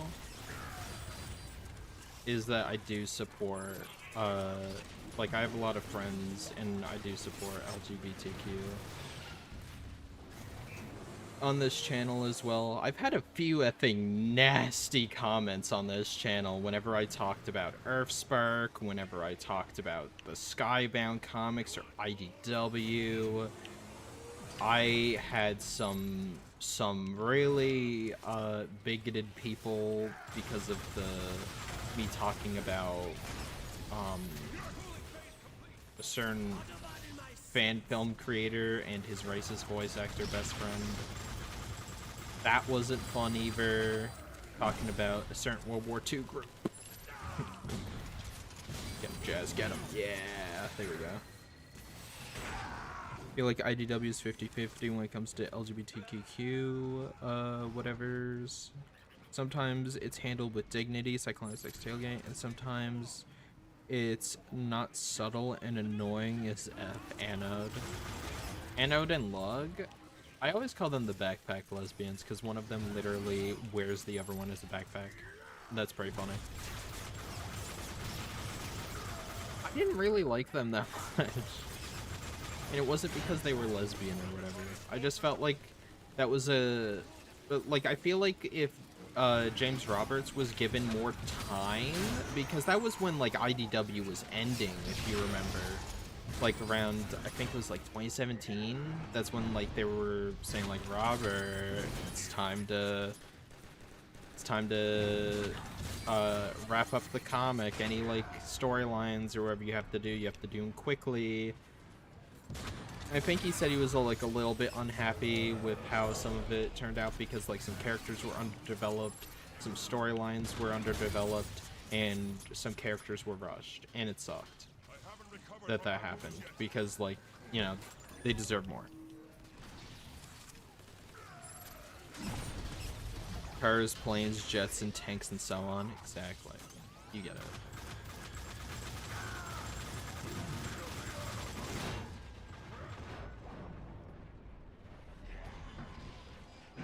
And this thing isn't healing me. Oh, but Jazzes. Oh my god, dude. Johnny Poeva, you are the GOAT. This guy is the GOAT. Because the effing healing turret wasn't healing me.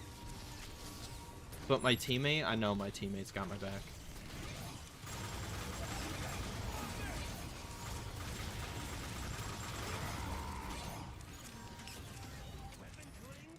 To me, LGBT should stay on 17 plus media. I don't think they should be in PG 13 media. That's just me. I don't know. I feel like that's kind of, I don't know. Once again, I'm not really in that community, so I don't think I could like speak for people, you know what I mean? I never want to be like one of those people like, I haven't read this book, but I'm gonna give you my opinion, or like, I haven't played this game before, so I'm gonna do a review like effing IGN, right? Like the IGN of that's funny to think about. Like, imagine if IGN did that. Here's what I think about gay marriage. My name is IGN. I'm here to review gay marriage. And they get someone who's like, I'm not gay myself, but... too much water. too many references to cheese.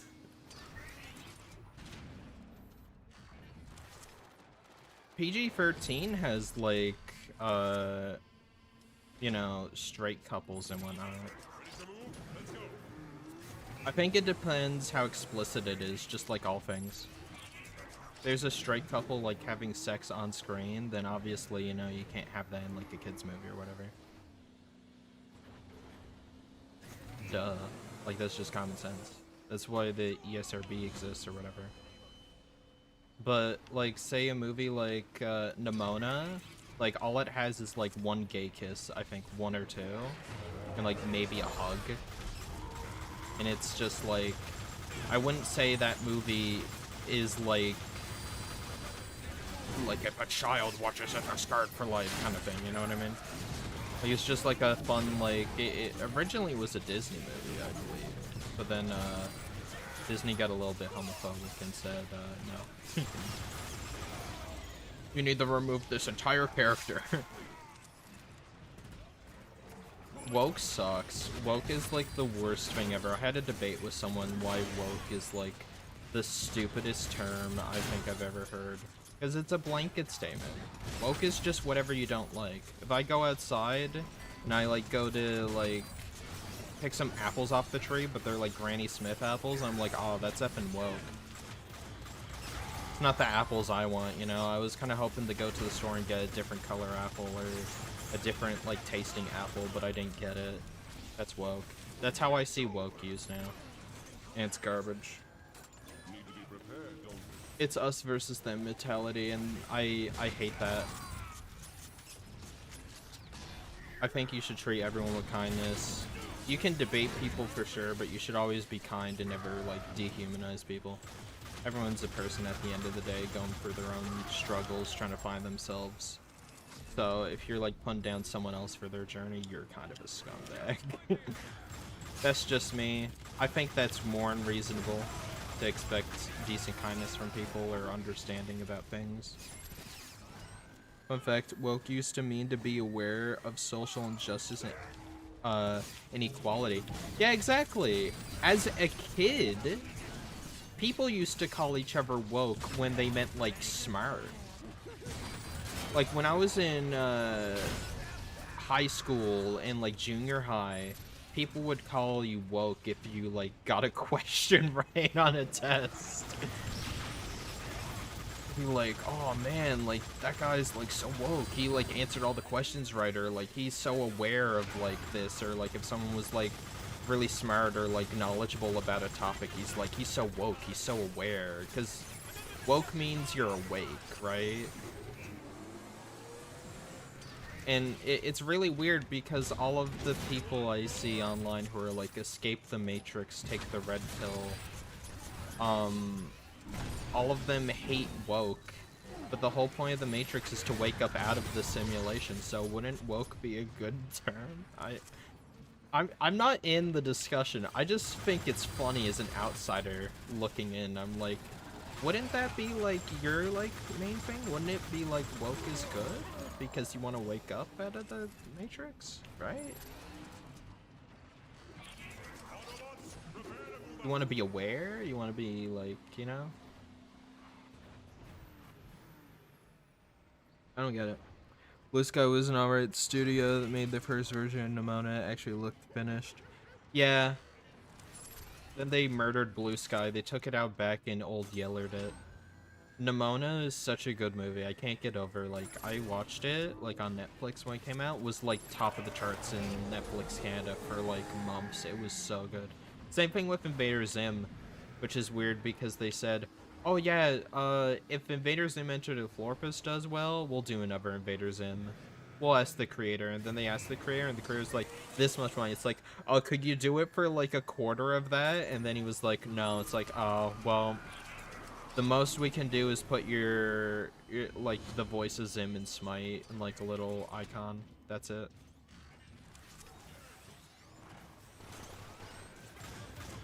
Big companies are not your friends. That's all I gotta say about that, actually. When it comes to woke versus non-woke, or whatever you want to call it,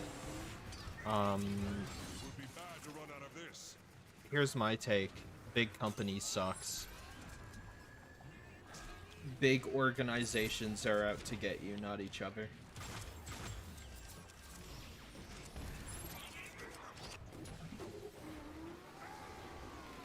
No one wants to take advantage of your children more than Big Corpo. No one wants to indoctrinate them more than, like, say, a social media website like Facebook. Or get them into gambling sooner than Facebook. Or get them hooked on, like, 18+ content more than, like, social media and, that kind of thing. No one wants that more than big corporations.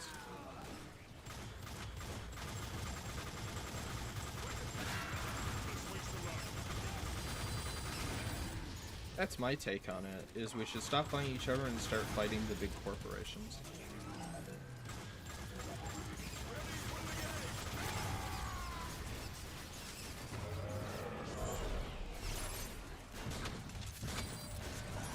And can we start with Activision? We just ripped the code for the Cybertron games from their hands. They were supposed to give it to Hasbro, and then they didn't for years. I still don't know if they have it or not. That's the thing, is, like, Hasbro is supposed to have the code for these games, then where are the games? They have the code, surely they had a plan to do something with them, right? You can't tell me the only plan they have is to just release Gamer Edition figures. Like, really? You're not gonna do, like, a new art book, or maybe comics, or like a movie based on it, using the design, like an animated series, like using the game models, like the touched up or whatever, or like take inspiration from more series, like, no? I'm fine with big companies, but respect me as a customer. If you treat me like trash, then goodbye. Exactly.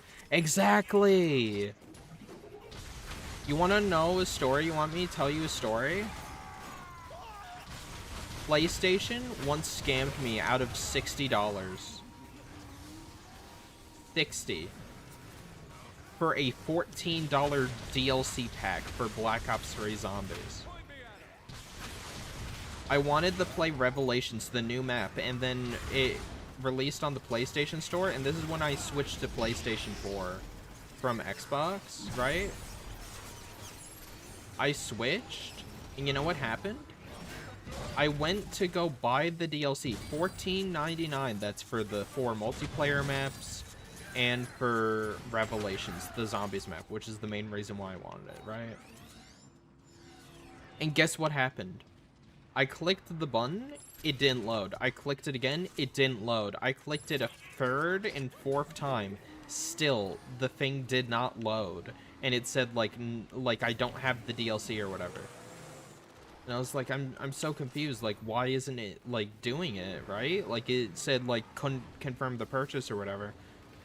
So then, around an hour or two later, it goes through, the transaction goes through, and it steals $60+ from me for a $14 DLC.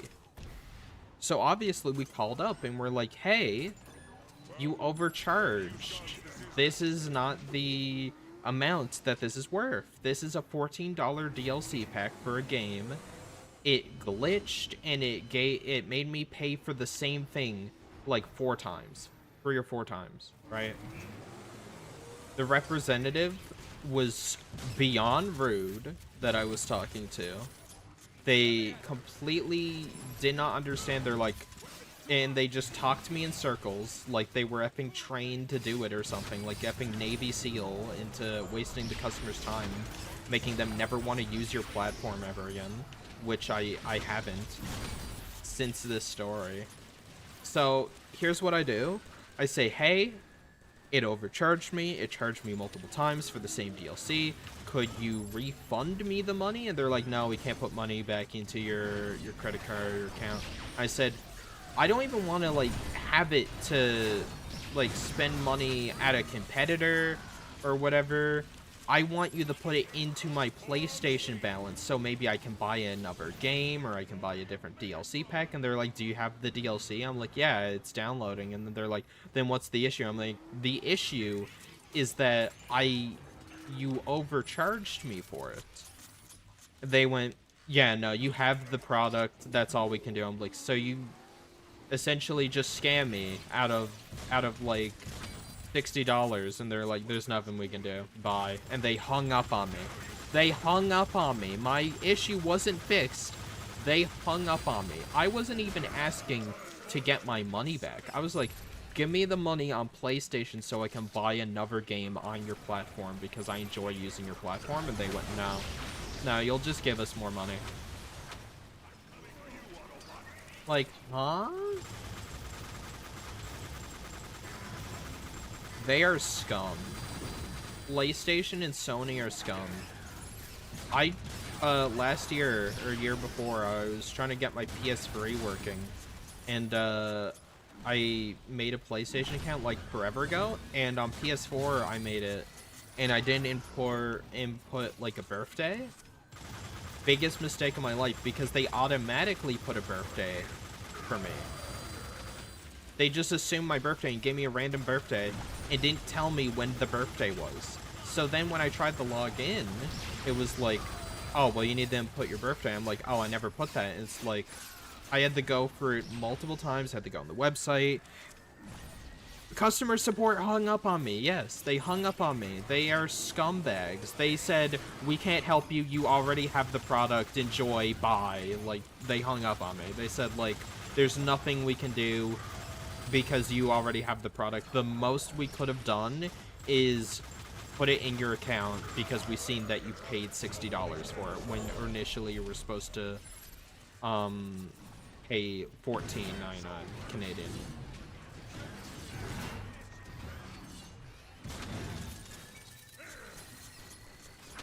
I think I've for the OG Black or OG Black Ops 2 or 3, I don't know, had on Xbox 360, Icon on Xbox One. So yeah, it's backwards compatible. So it's probably Black Ops 2.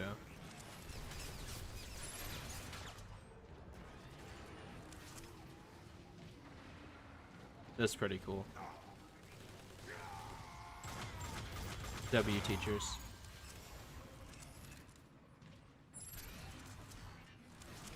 Yeah, but it's just scummy.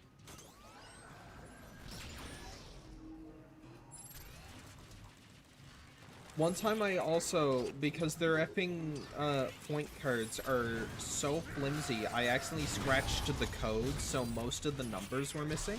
Like, I had to guess, like, the last 3 digits, right? I called, and I, like, told them the numbers that I was missing.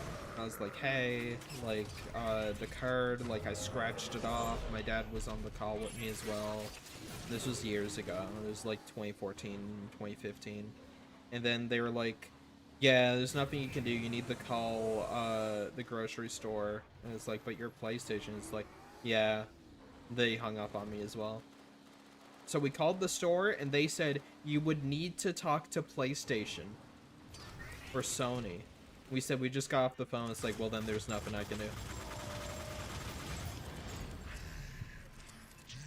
my country, if customer support did that to any customer, the company will shred anyone who did that to their own customers.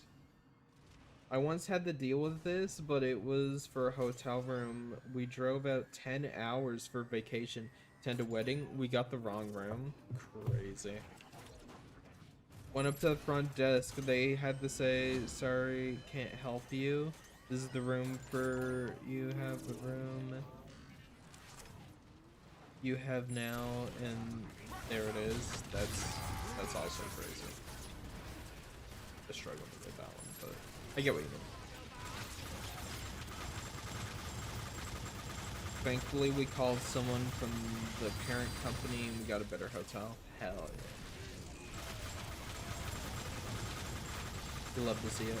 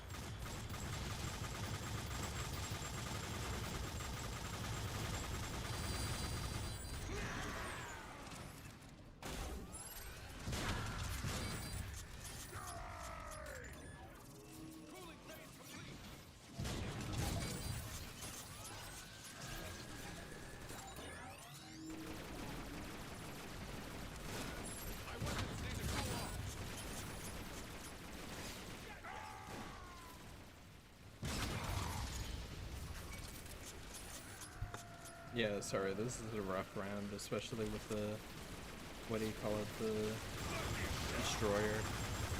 There's now destroyers, like 1 to 2 of them spawning per round.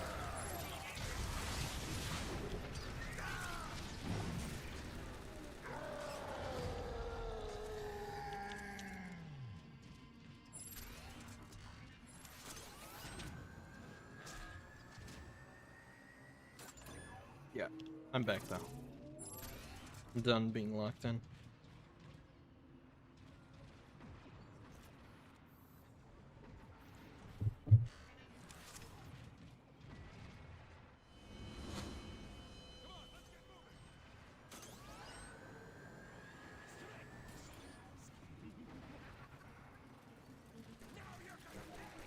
Target terminated.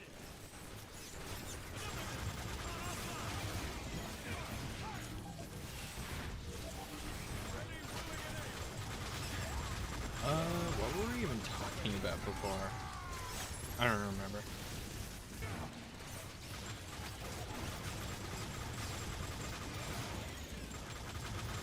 Oh my god, in that light it looked like a red Decepticon. Crazy. Only Seeker was here now.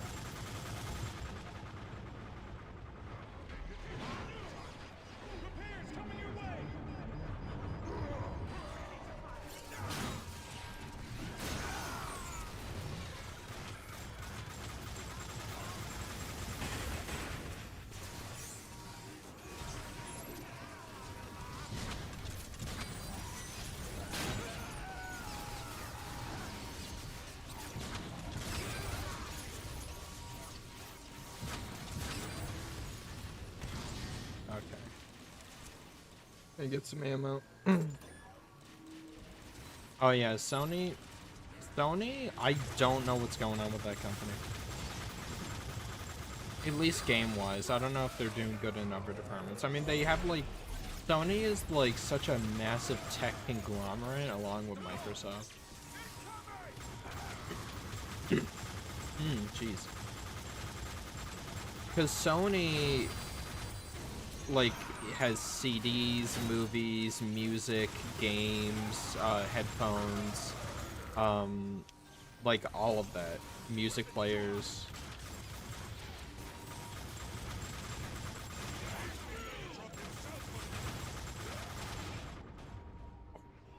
Okay, sorry, I'm taking that.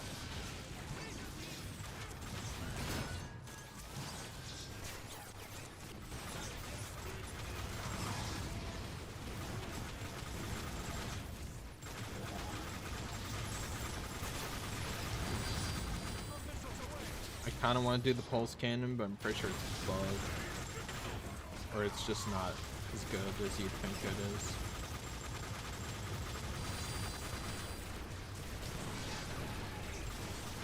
There's so many companies that just shut down their most talented studios, then they make either AI Slaw, they make, like, just games no one asked for, and then they wonder, why didn't High Guard do well? Why didn't Concord do well?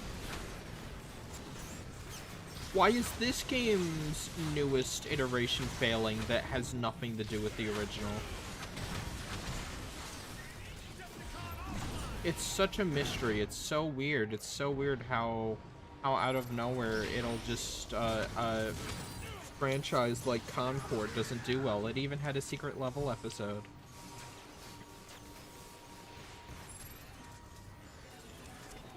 Oh yeah, Sony also owns Spider-Man. That's another big one.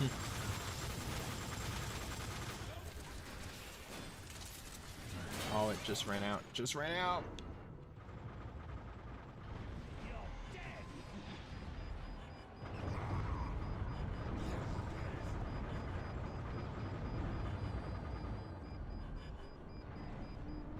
Cute. Down again.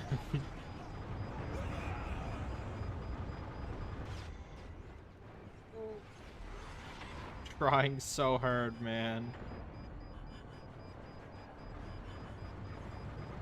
He down?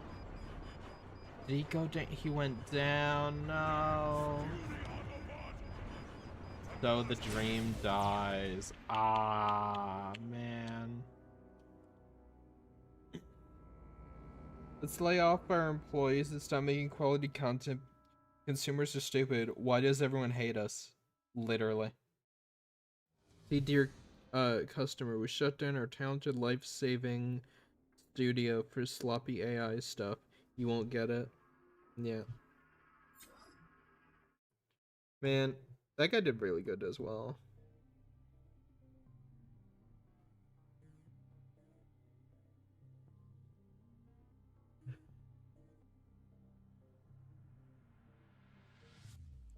What else? What else?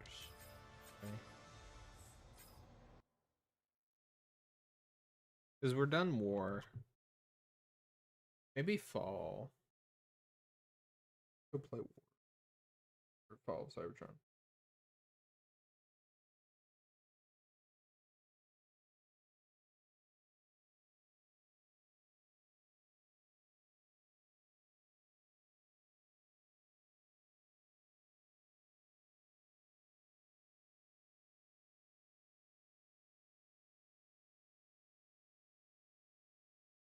You know what?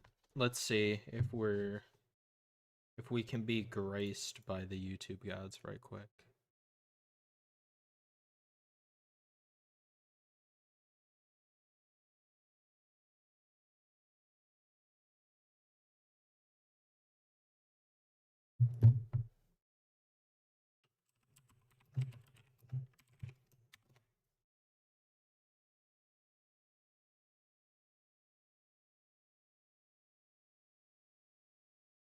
Will the YouTube gods grace us with a video we can react to? I actually enjoy reacting to videos a little bit.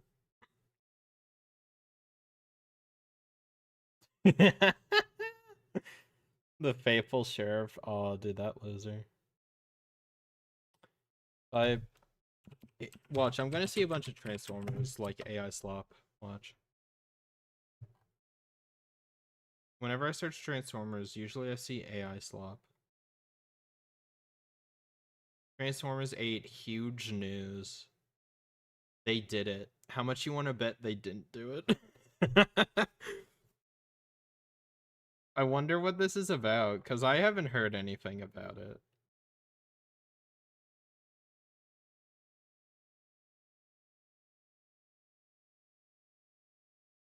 Mostly just clips.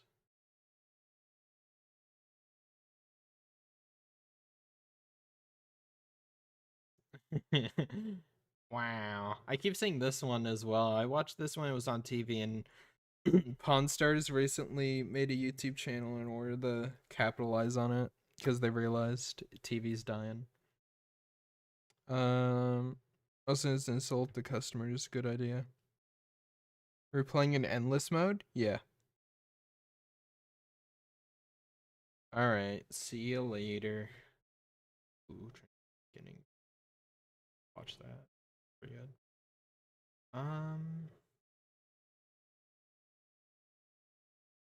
Oh, my video. Cool.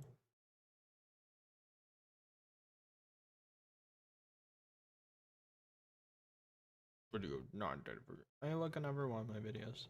This is just because it's me searching for it. You know what? Let's see. It's been a week. Hopefully this guy doesn't mind me reacting. The next Transformers movie just got confirmed behind closed doors, and it. How much you want to bet this is nothing? Will Michael Bay return? We already know that he has. Okay. Time to destroy this video. Oh, yo, you were Johnny Forever? Yo, let's go. That's awesome. Yeah, I really enjoyed playing with you. We made it so far. I just kept getting like destroyed every time you picked me up. I was trying to get to the like I knew if I got to the overshield I'd be fine, but it's just the overshield was so far away. Okay. Big news. The big news was that at CinemaCon they showed Transformers logo and said Transformers 8 is in production or we're working on it. Rise of the Beast timeline is done. Yeah, pretty much. They're moving on. They're gonna reboot again. They confirmed that. Well, Michael Bay returned. It's already confirmed that he's returning. My ideal director. Okay. I want to see. I want to hear who his ideal director is. At what just happened in their own animation division. I would personally love to see Transformers get someone exactly like Josh Cooley or just anyone of that nature to take a stab at the live action universe. If you haven't seen Transformers 1 yet, you are completely missing out on arguably the best piece of Transformers media produced in the last 2 decades. Seriously, Transformers 1 is so good, and I'm just so sad that we're not going to get like a Transformers 2. Me Josh too. Cooley I'm also directed the sad. phenomenal animated film. Josh Cooley is working on a new did not Transformers rely on, movie. you know, human sidekicks running around away from explosions. It Okay, so ideal director is just Josh Cooley. Awesome. Story and script concerns. has relied heavily on the exact same, you know, cinematic gimmick. They threw in. Oh, okay. Well, Transformers 8 release date.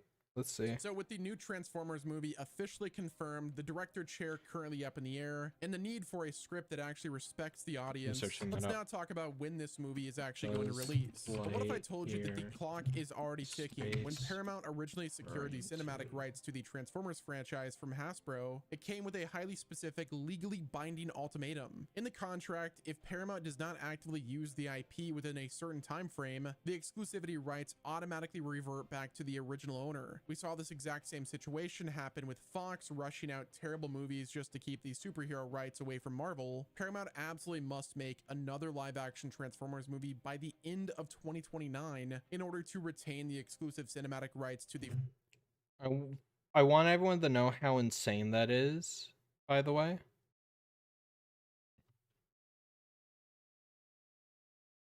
If you could link it, that'd be awesome. But I want you to know how insane it is, the fact that there will be a new president in the United States in office before Paramount loses the license to use Transformers franchise from Hasbro. And because of this strict 2029 contractual deadline, I am guessing that we will see the next Transformers movie officially hit theaters sometime in the summer of 2028. Targeting a 2028 release date gives the studio quite a bit of time to, you know, completely develop the new script, find the talent, shoot the thing, and then of course do the massive undertaking that is all of the brand new CGI. So the countdown clock has officially started, and Paramount is actively rushing to get this next movie up and running before they lose the keys to the kingdom entirely. One thing is for certain though, the Transformers cinematic universe is about to experience a massive evolution, and I look forward to learning more about it. Let me know what your thoughts are down in the comment section. Are you excited for the return of Transformers on the big screen? What's your take on all the situation? Do you want Michael Bay to return? Do you want Shia and, you know, Megan Fox to return? No. Okay, I want to see this.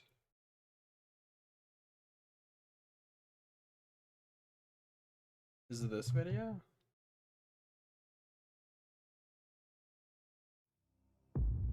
I was once Star Command's finest, Captain Lightyear of Capital Planet. But Commander Nebula had hid something that not even his most trusted lieutenants knew. Something more vile, more sinister than even Zurg himself. The Tyranids.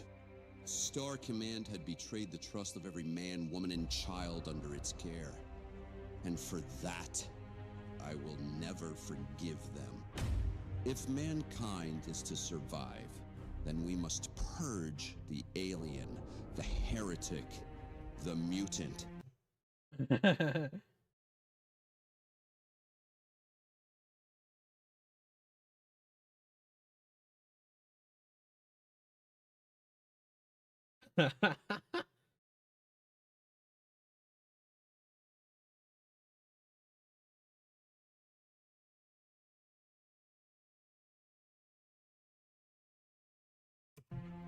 No. I have been born anew.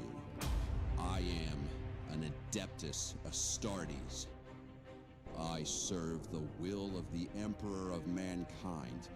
I will wash the galaxy free of his enemies. I will eradicate the Xenos filth. My Space Rangers chapter will ensure that there are no Tyranids left standing. I am a Space Marine. Now come, Xenos. Show me what passes for... It really does look like Buzz Lightyear, though.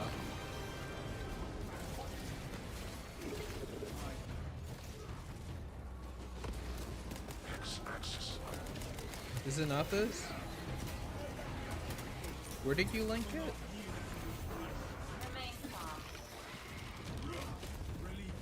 You send me a link in DMs. This one was pretty good though. You did not send me a link.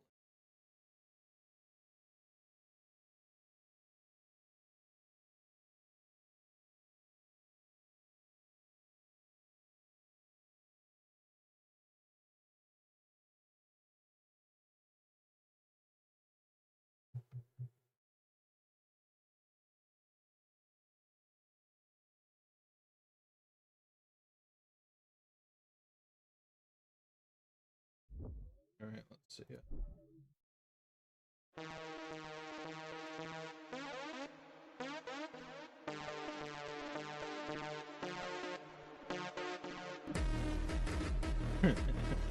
Okay, that's very good. I like that. I'm a fan. That was pretty good. Yeah, in chat, I don't know why I can't. I didn't find it. Favors designs are actually good. This sucks actually. Coolest thing ever. I don't. I want to find a video I like uber disagree with where I'm like, it's not true.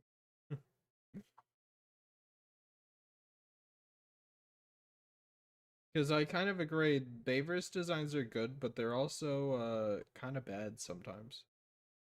They're a very mixed bag. It's sometimes like generationally fantastic design, like beautiful, amazing design. Hello again, old friend.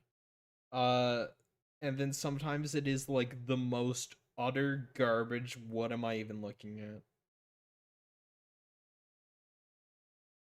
Yeah.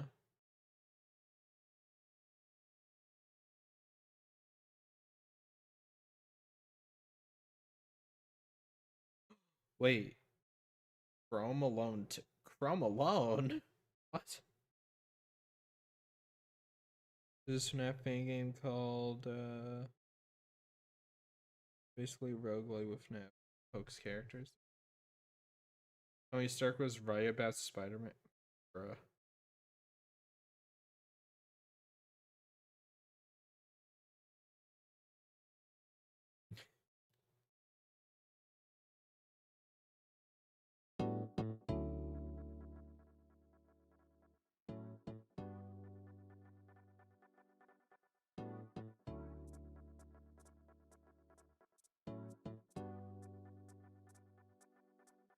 Yeah, who is this guy?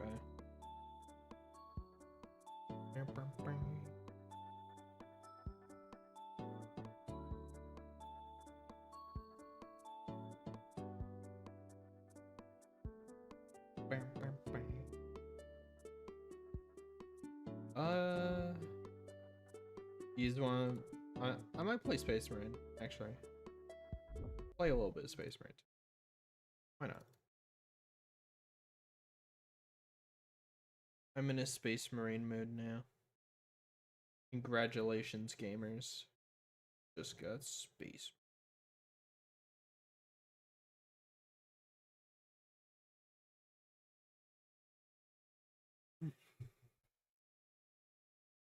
I saw Five Nights at Prick Bear's Free is really good. But I'm not really into FNAF like that. Like playing the game, I mean. Like if I was someone who played FNAF games, that would be like, oh. You know? You know, it'd be really interesting, a FNAF game where you have like unlimited power. Well, I don't know how it would work. Okay, you have unlimited power, but the doors can only stay closed for so long, so you have to like time it just right. Like the gears will like seize up or whatever, like it'll overheat or something, and it like automatically open. Like imagine a FNAF game where it's like infinite rounds, like Odd Zombies, like wave-based FNAF. You just see how long you can survive in the pizzeria.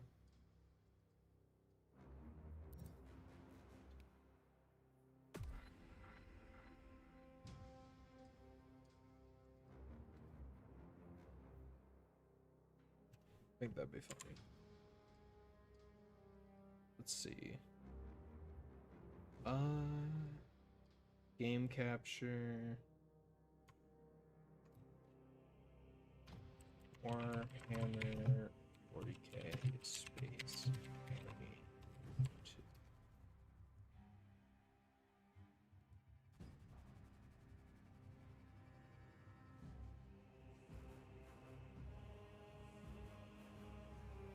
Alright, it's working. Let's go. I promise, Transformers fans. No, I don't want this. I promise you, Transformers fans, this is good. Like, this could potentially be what Saber's next game is like. You know what I mean? Like, the Transformers Saber game could play like this. It could look like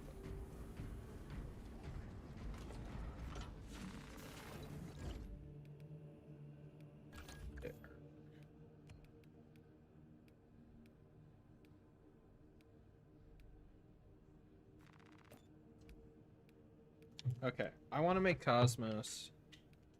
Sick of it. Green. Need green.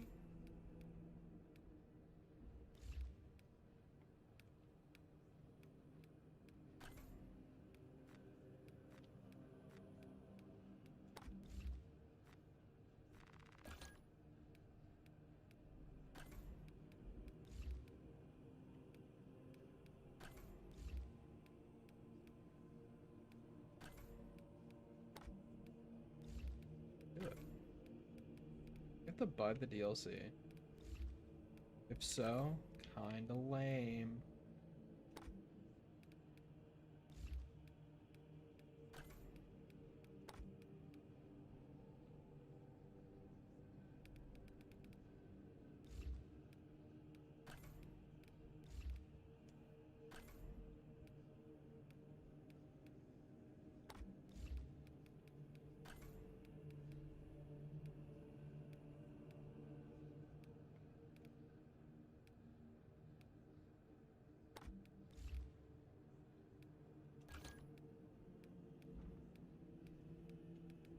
There we go.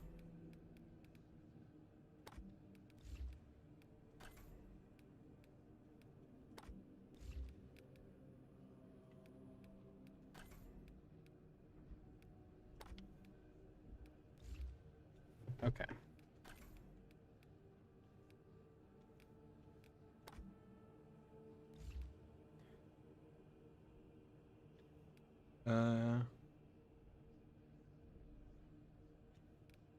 No, I've been wanting to kind of play Space Marines for a bit.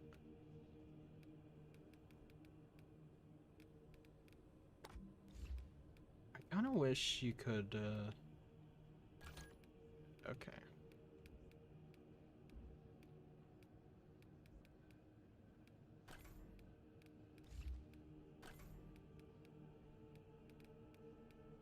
Green there is fine.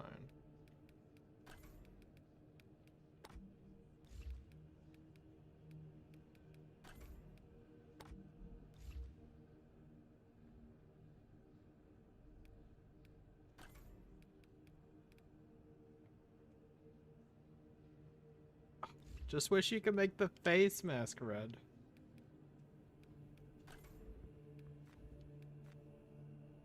If you had the DLC, you could. Kind of lame.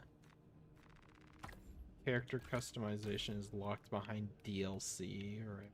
Like, bruh. It's kind of lame. Okay. That stays green.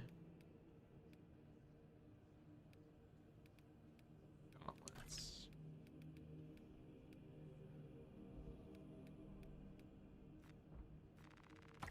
Secondary color.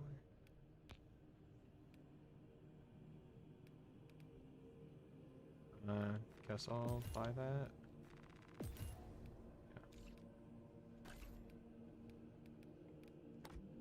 Yeah, here we go.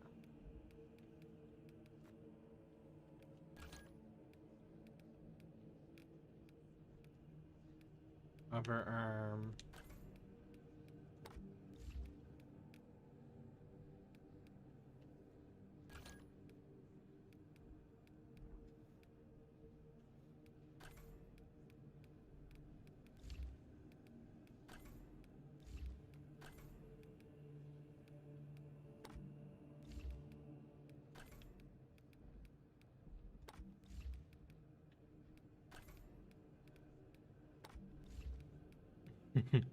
Every game.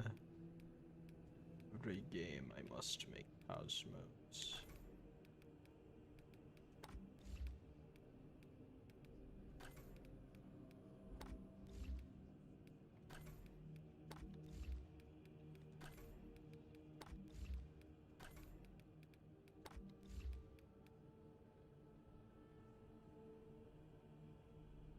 Cosmos as a space marine would be so cool, I'm just saying.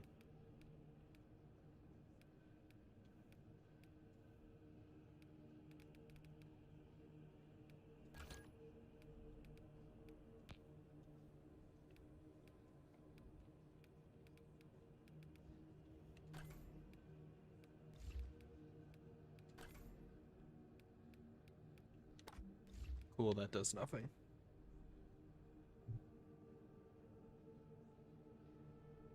Allegedly? What do you mean allegedly? So he did die or he didn't?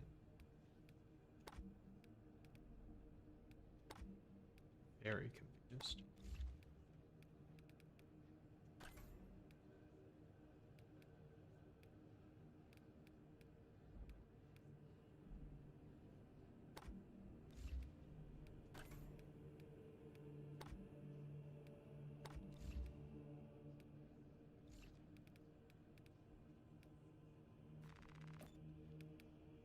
If they let me do this pattern, I literally could do Cosmos. It's so annoying.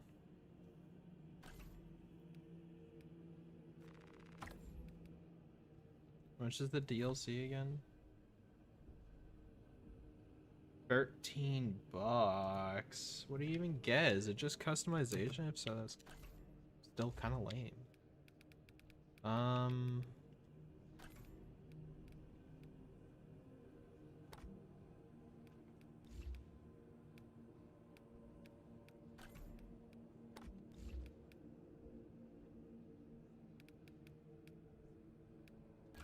What else can I even add?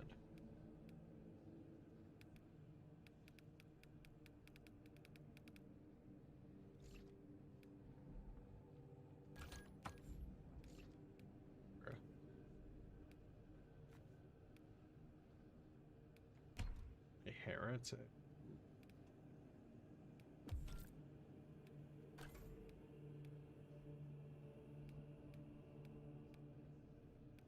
This one's pretty cool.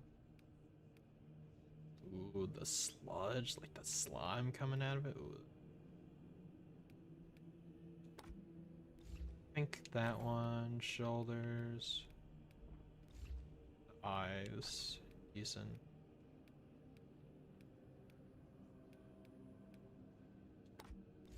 That one.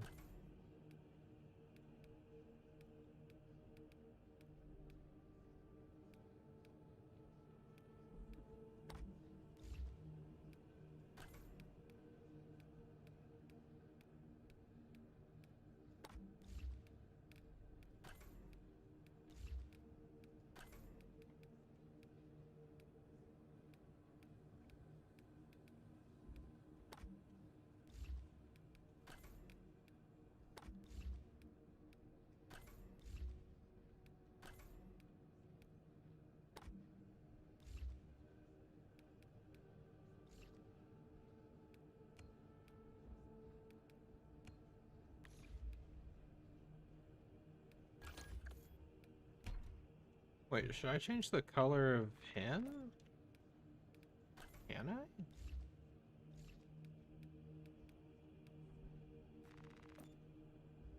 Oh, I don't think you can. It's whatever.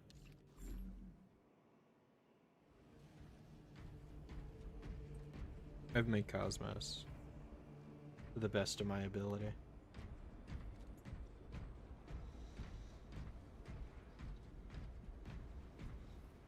I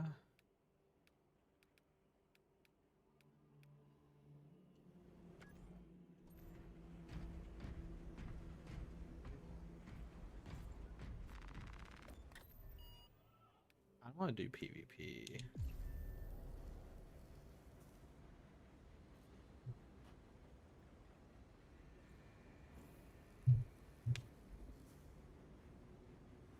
I've watched a bit of He-Man growing up, yeah.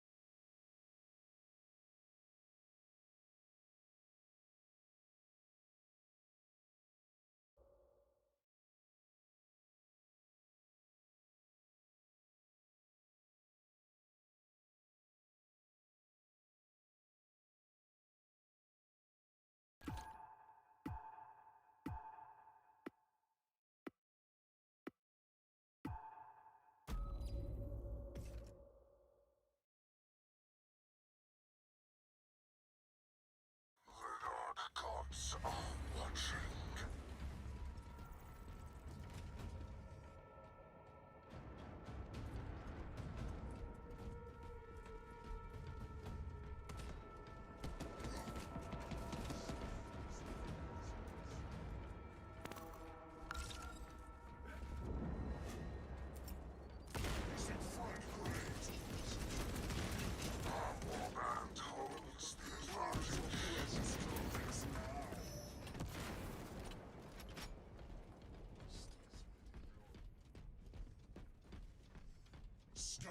Oh, sorry, I'm back.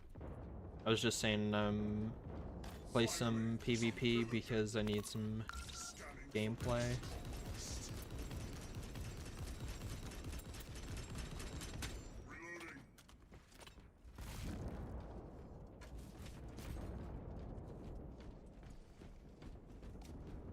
It's a little bit of stuttering here because the connection is not the best.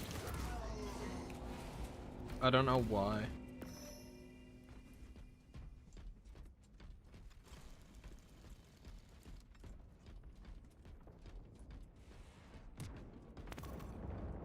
Vision reveals the folly of blind faith. Dude, the effing connection here is so bad.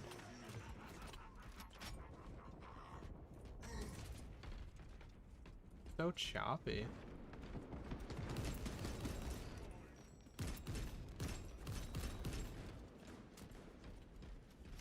Scanner primed, seeing beyond the lies. Throwing frag grenade. Whoa, someone's behind me now. The Black Legion stands 1,000 hosts strong.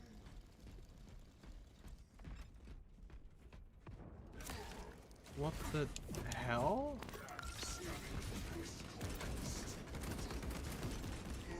Out of here. Literally just spawned, bro. I don't even care that I didn't take that guy head on. I didn't even get the spawn. Look at my health. Grenades deployed.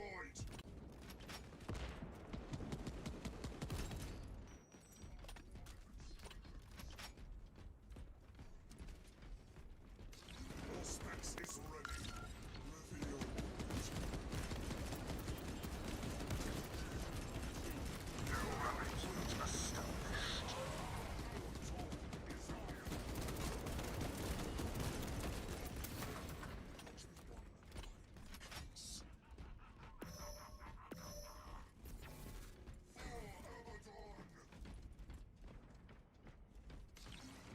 What truths need revealing? Fatality confirmed.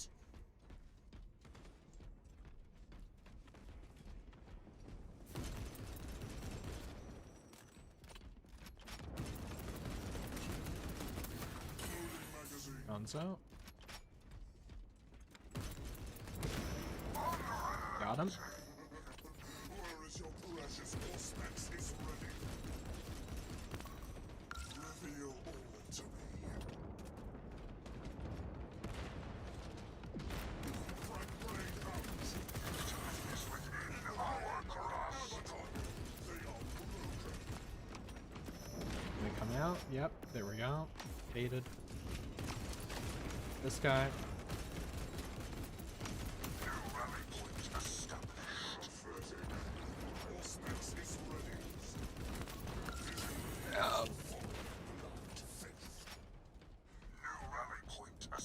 I need a new nade.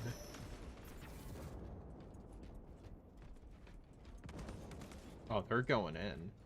New rally point established.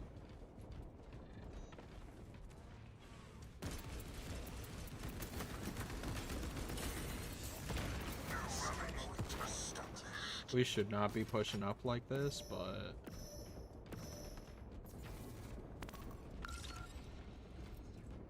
New rally point established. Launched.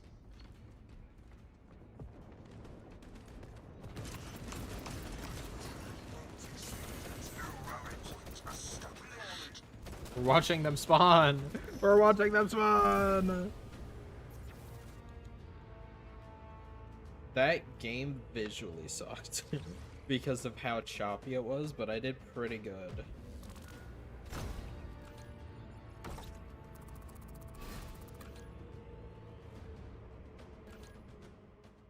Look at that, 10 and 2. I love the 3DS as well. Best console.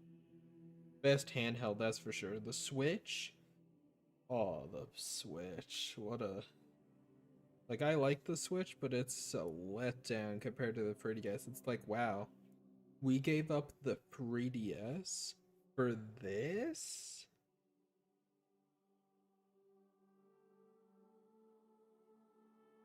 Like, compared to the Wii and 3DS and the Wii U, like, well, maybe not the Wii U, but, like, there were not as many bangers. Like, not as many games where I'm like, oh, this is a console seller where I need this, right? Like, where it's like, oh, I really play this game.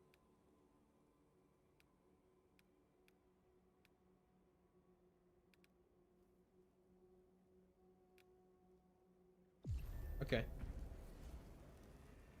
Hopefully some people are playing this one.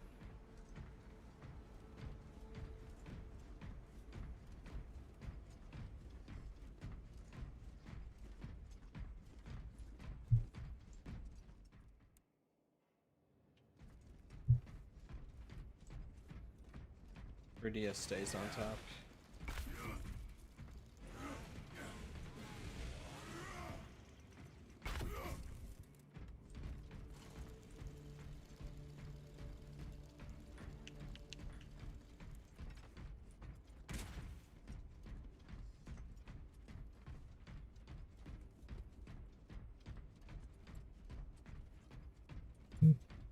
I made a steak. A steak? Trusting you.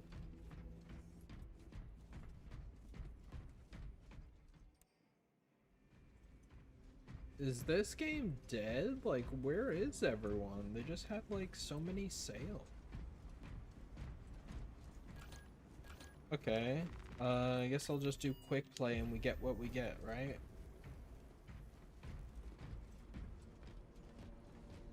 Oh, Cosmos. Sure.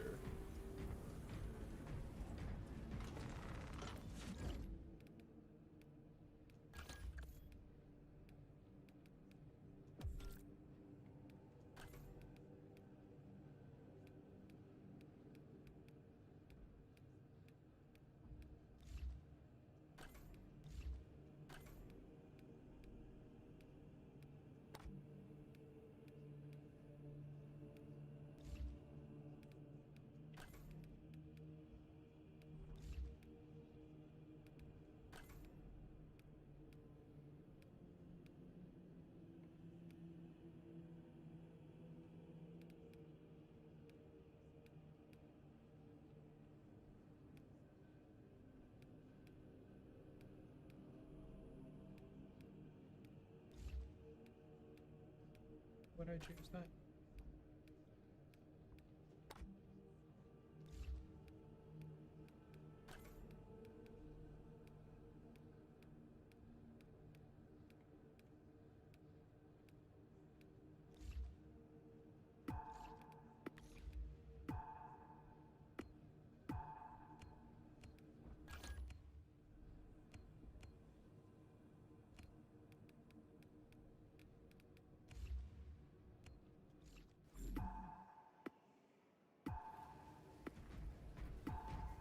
Oh, the lag. It's because I'm also streaming. Cosmos is the best character, and you know it.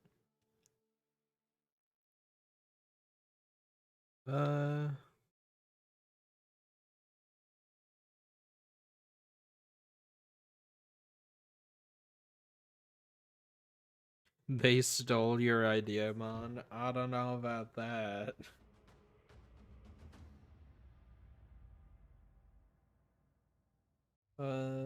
Yeah, but Cosmos is awesome. We love Cosmos in this house.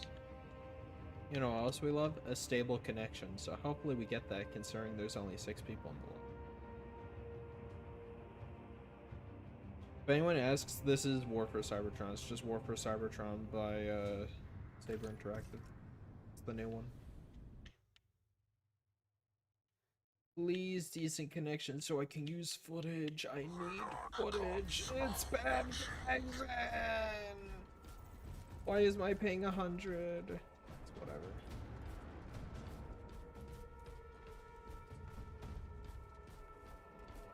There's no C? Just...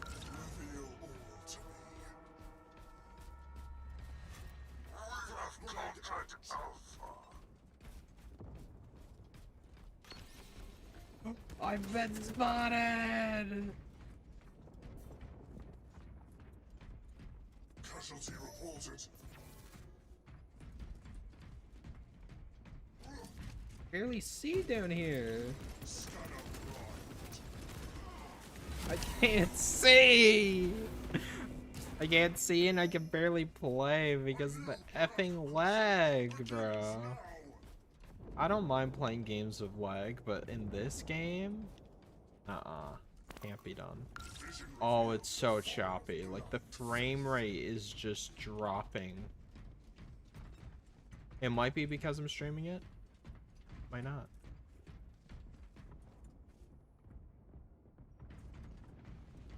Contested? In what way is it contested? He would have died if I could have reaction time, dude. What do I have open? What can I close to make this a smoother experience for you and me? Xbox app can close. I can close that. Close that. It's like nothing else. Data is lost. It's whatever. Fatality confirmed. Yes, they don't have Charlie.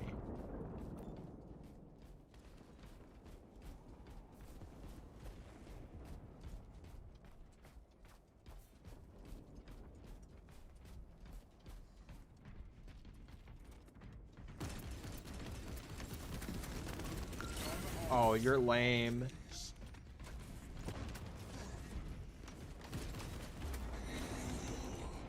But he's teleporting on my screen. This is...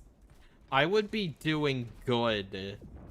I do well when I play this game. Right now, I am 0-3. I've never gone negative in this game since the lag started. That is crazy. Oh my god. Maybe it is just because I'm streaming it.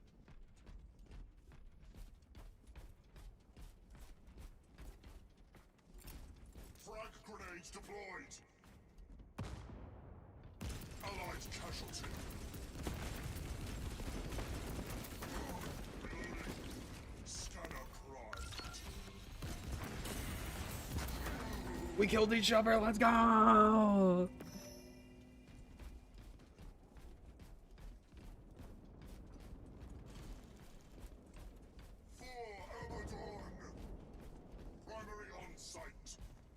price of war.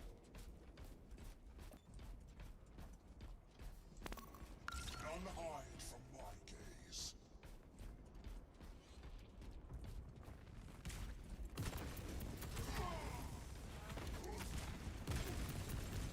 Oh, you're so cool. What the hell is that? He just boosts in the air twice.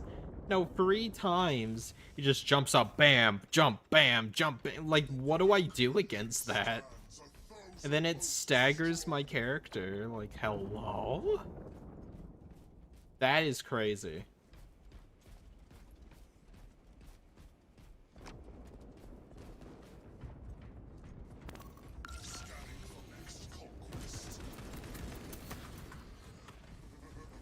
Where is your precious codex now?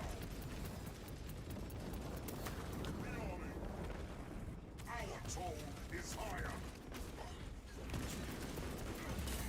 It legit feels like a mod. The fact he can jump up in the air and then just slam back down 3 times in a row.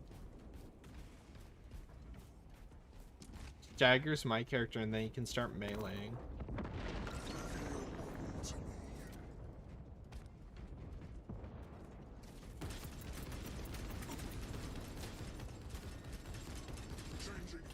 Even that guy doesn't like it.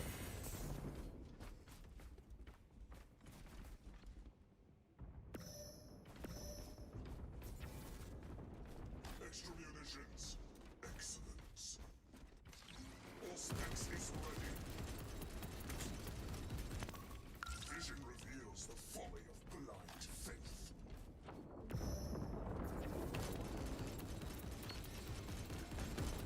In the corner. Get him.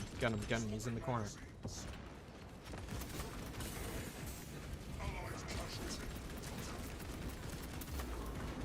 Still got him, though. Still got him. Yeah, this is going horribly. Marauders of Abaddon, back to war. Secure that sector. The Imperials are close to victory. None hide from my gaze.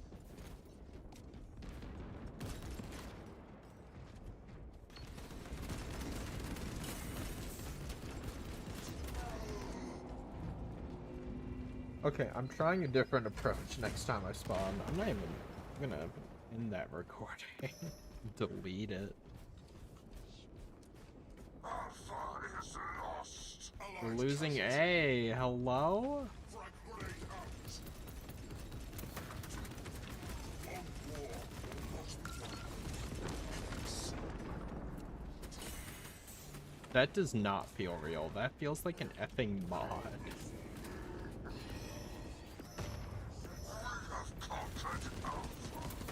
Die. Like, he could just fly up in the air, slam down, fly, slam down, fly, slam down. Lucas Mark, what truths need revealing?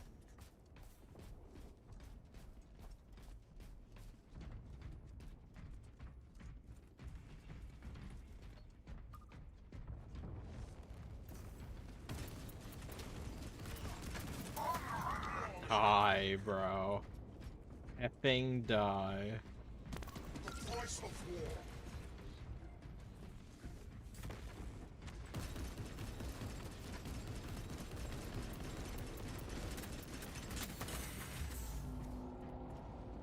Oh, we are not doing well. Land is halfway there. Marauders of Abaddon. We have more people too, that's another thing.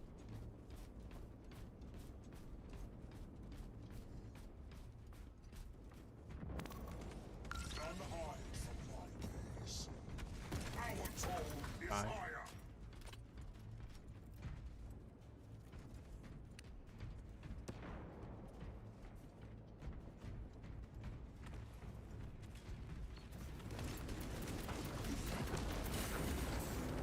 I got him, I'm happy. Happy I effing swatted that fly out of the sky, bro. I am unstoppable. Reveal all to me. Fatality confirmed. So, That match sucks. That was awful to play.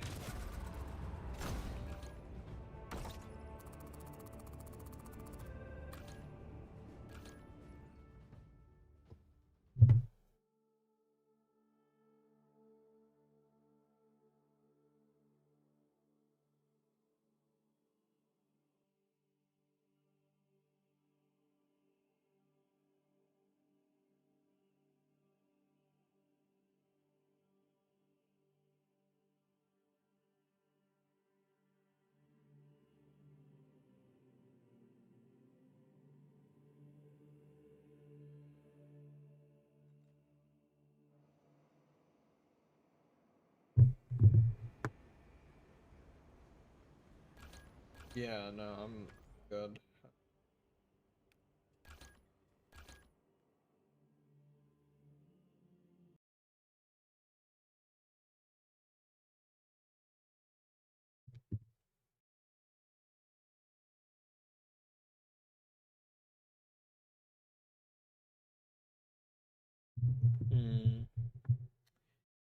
I might end stream here. Unless anyone has a video they want me to. Yeah.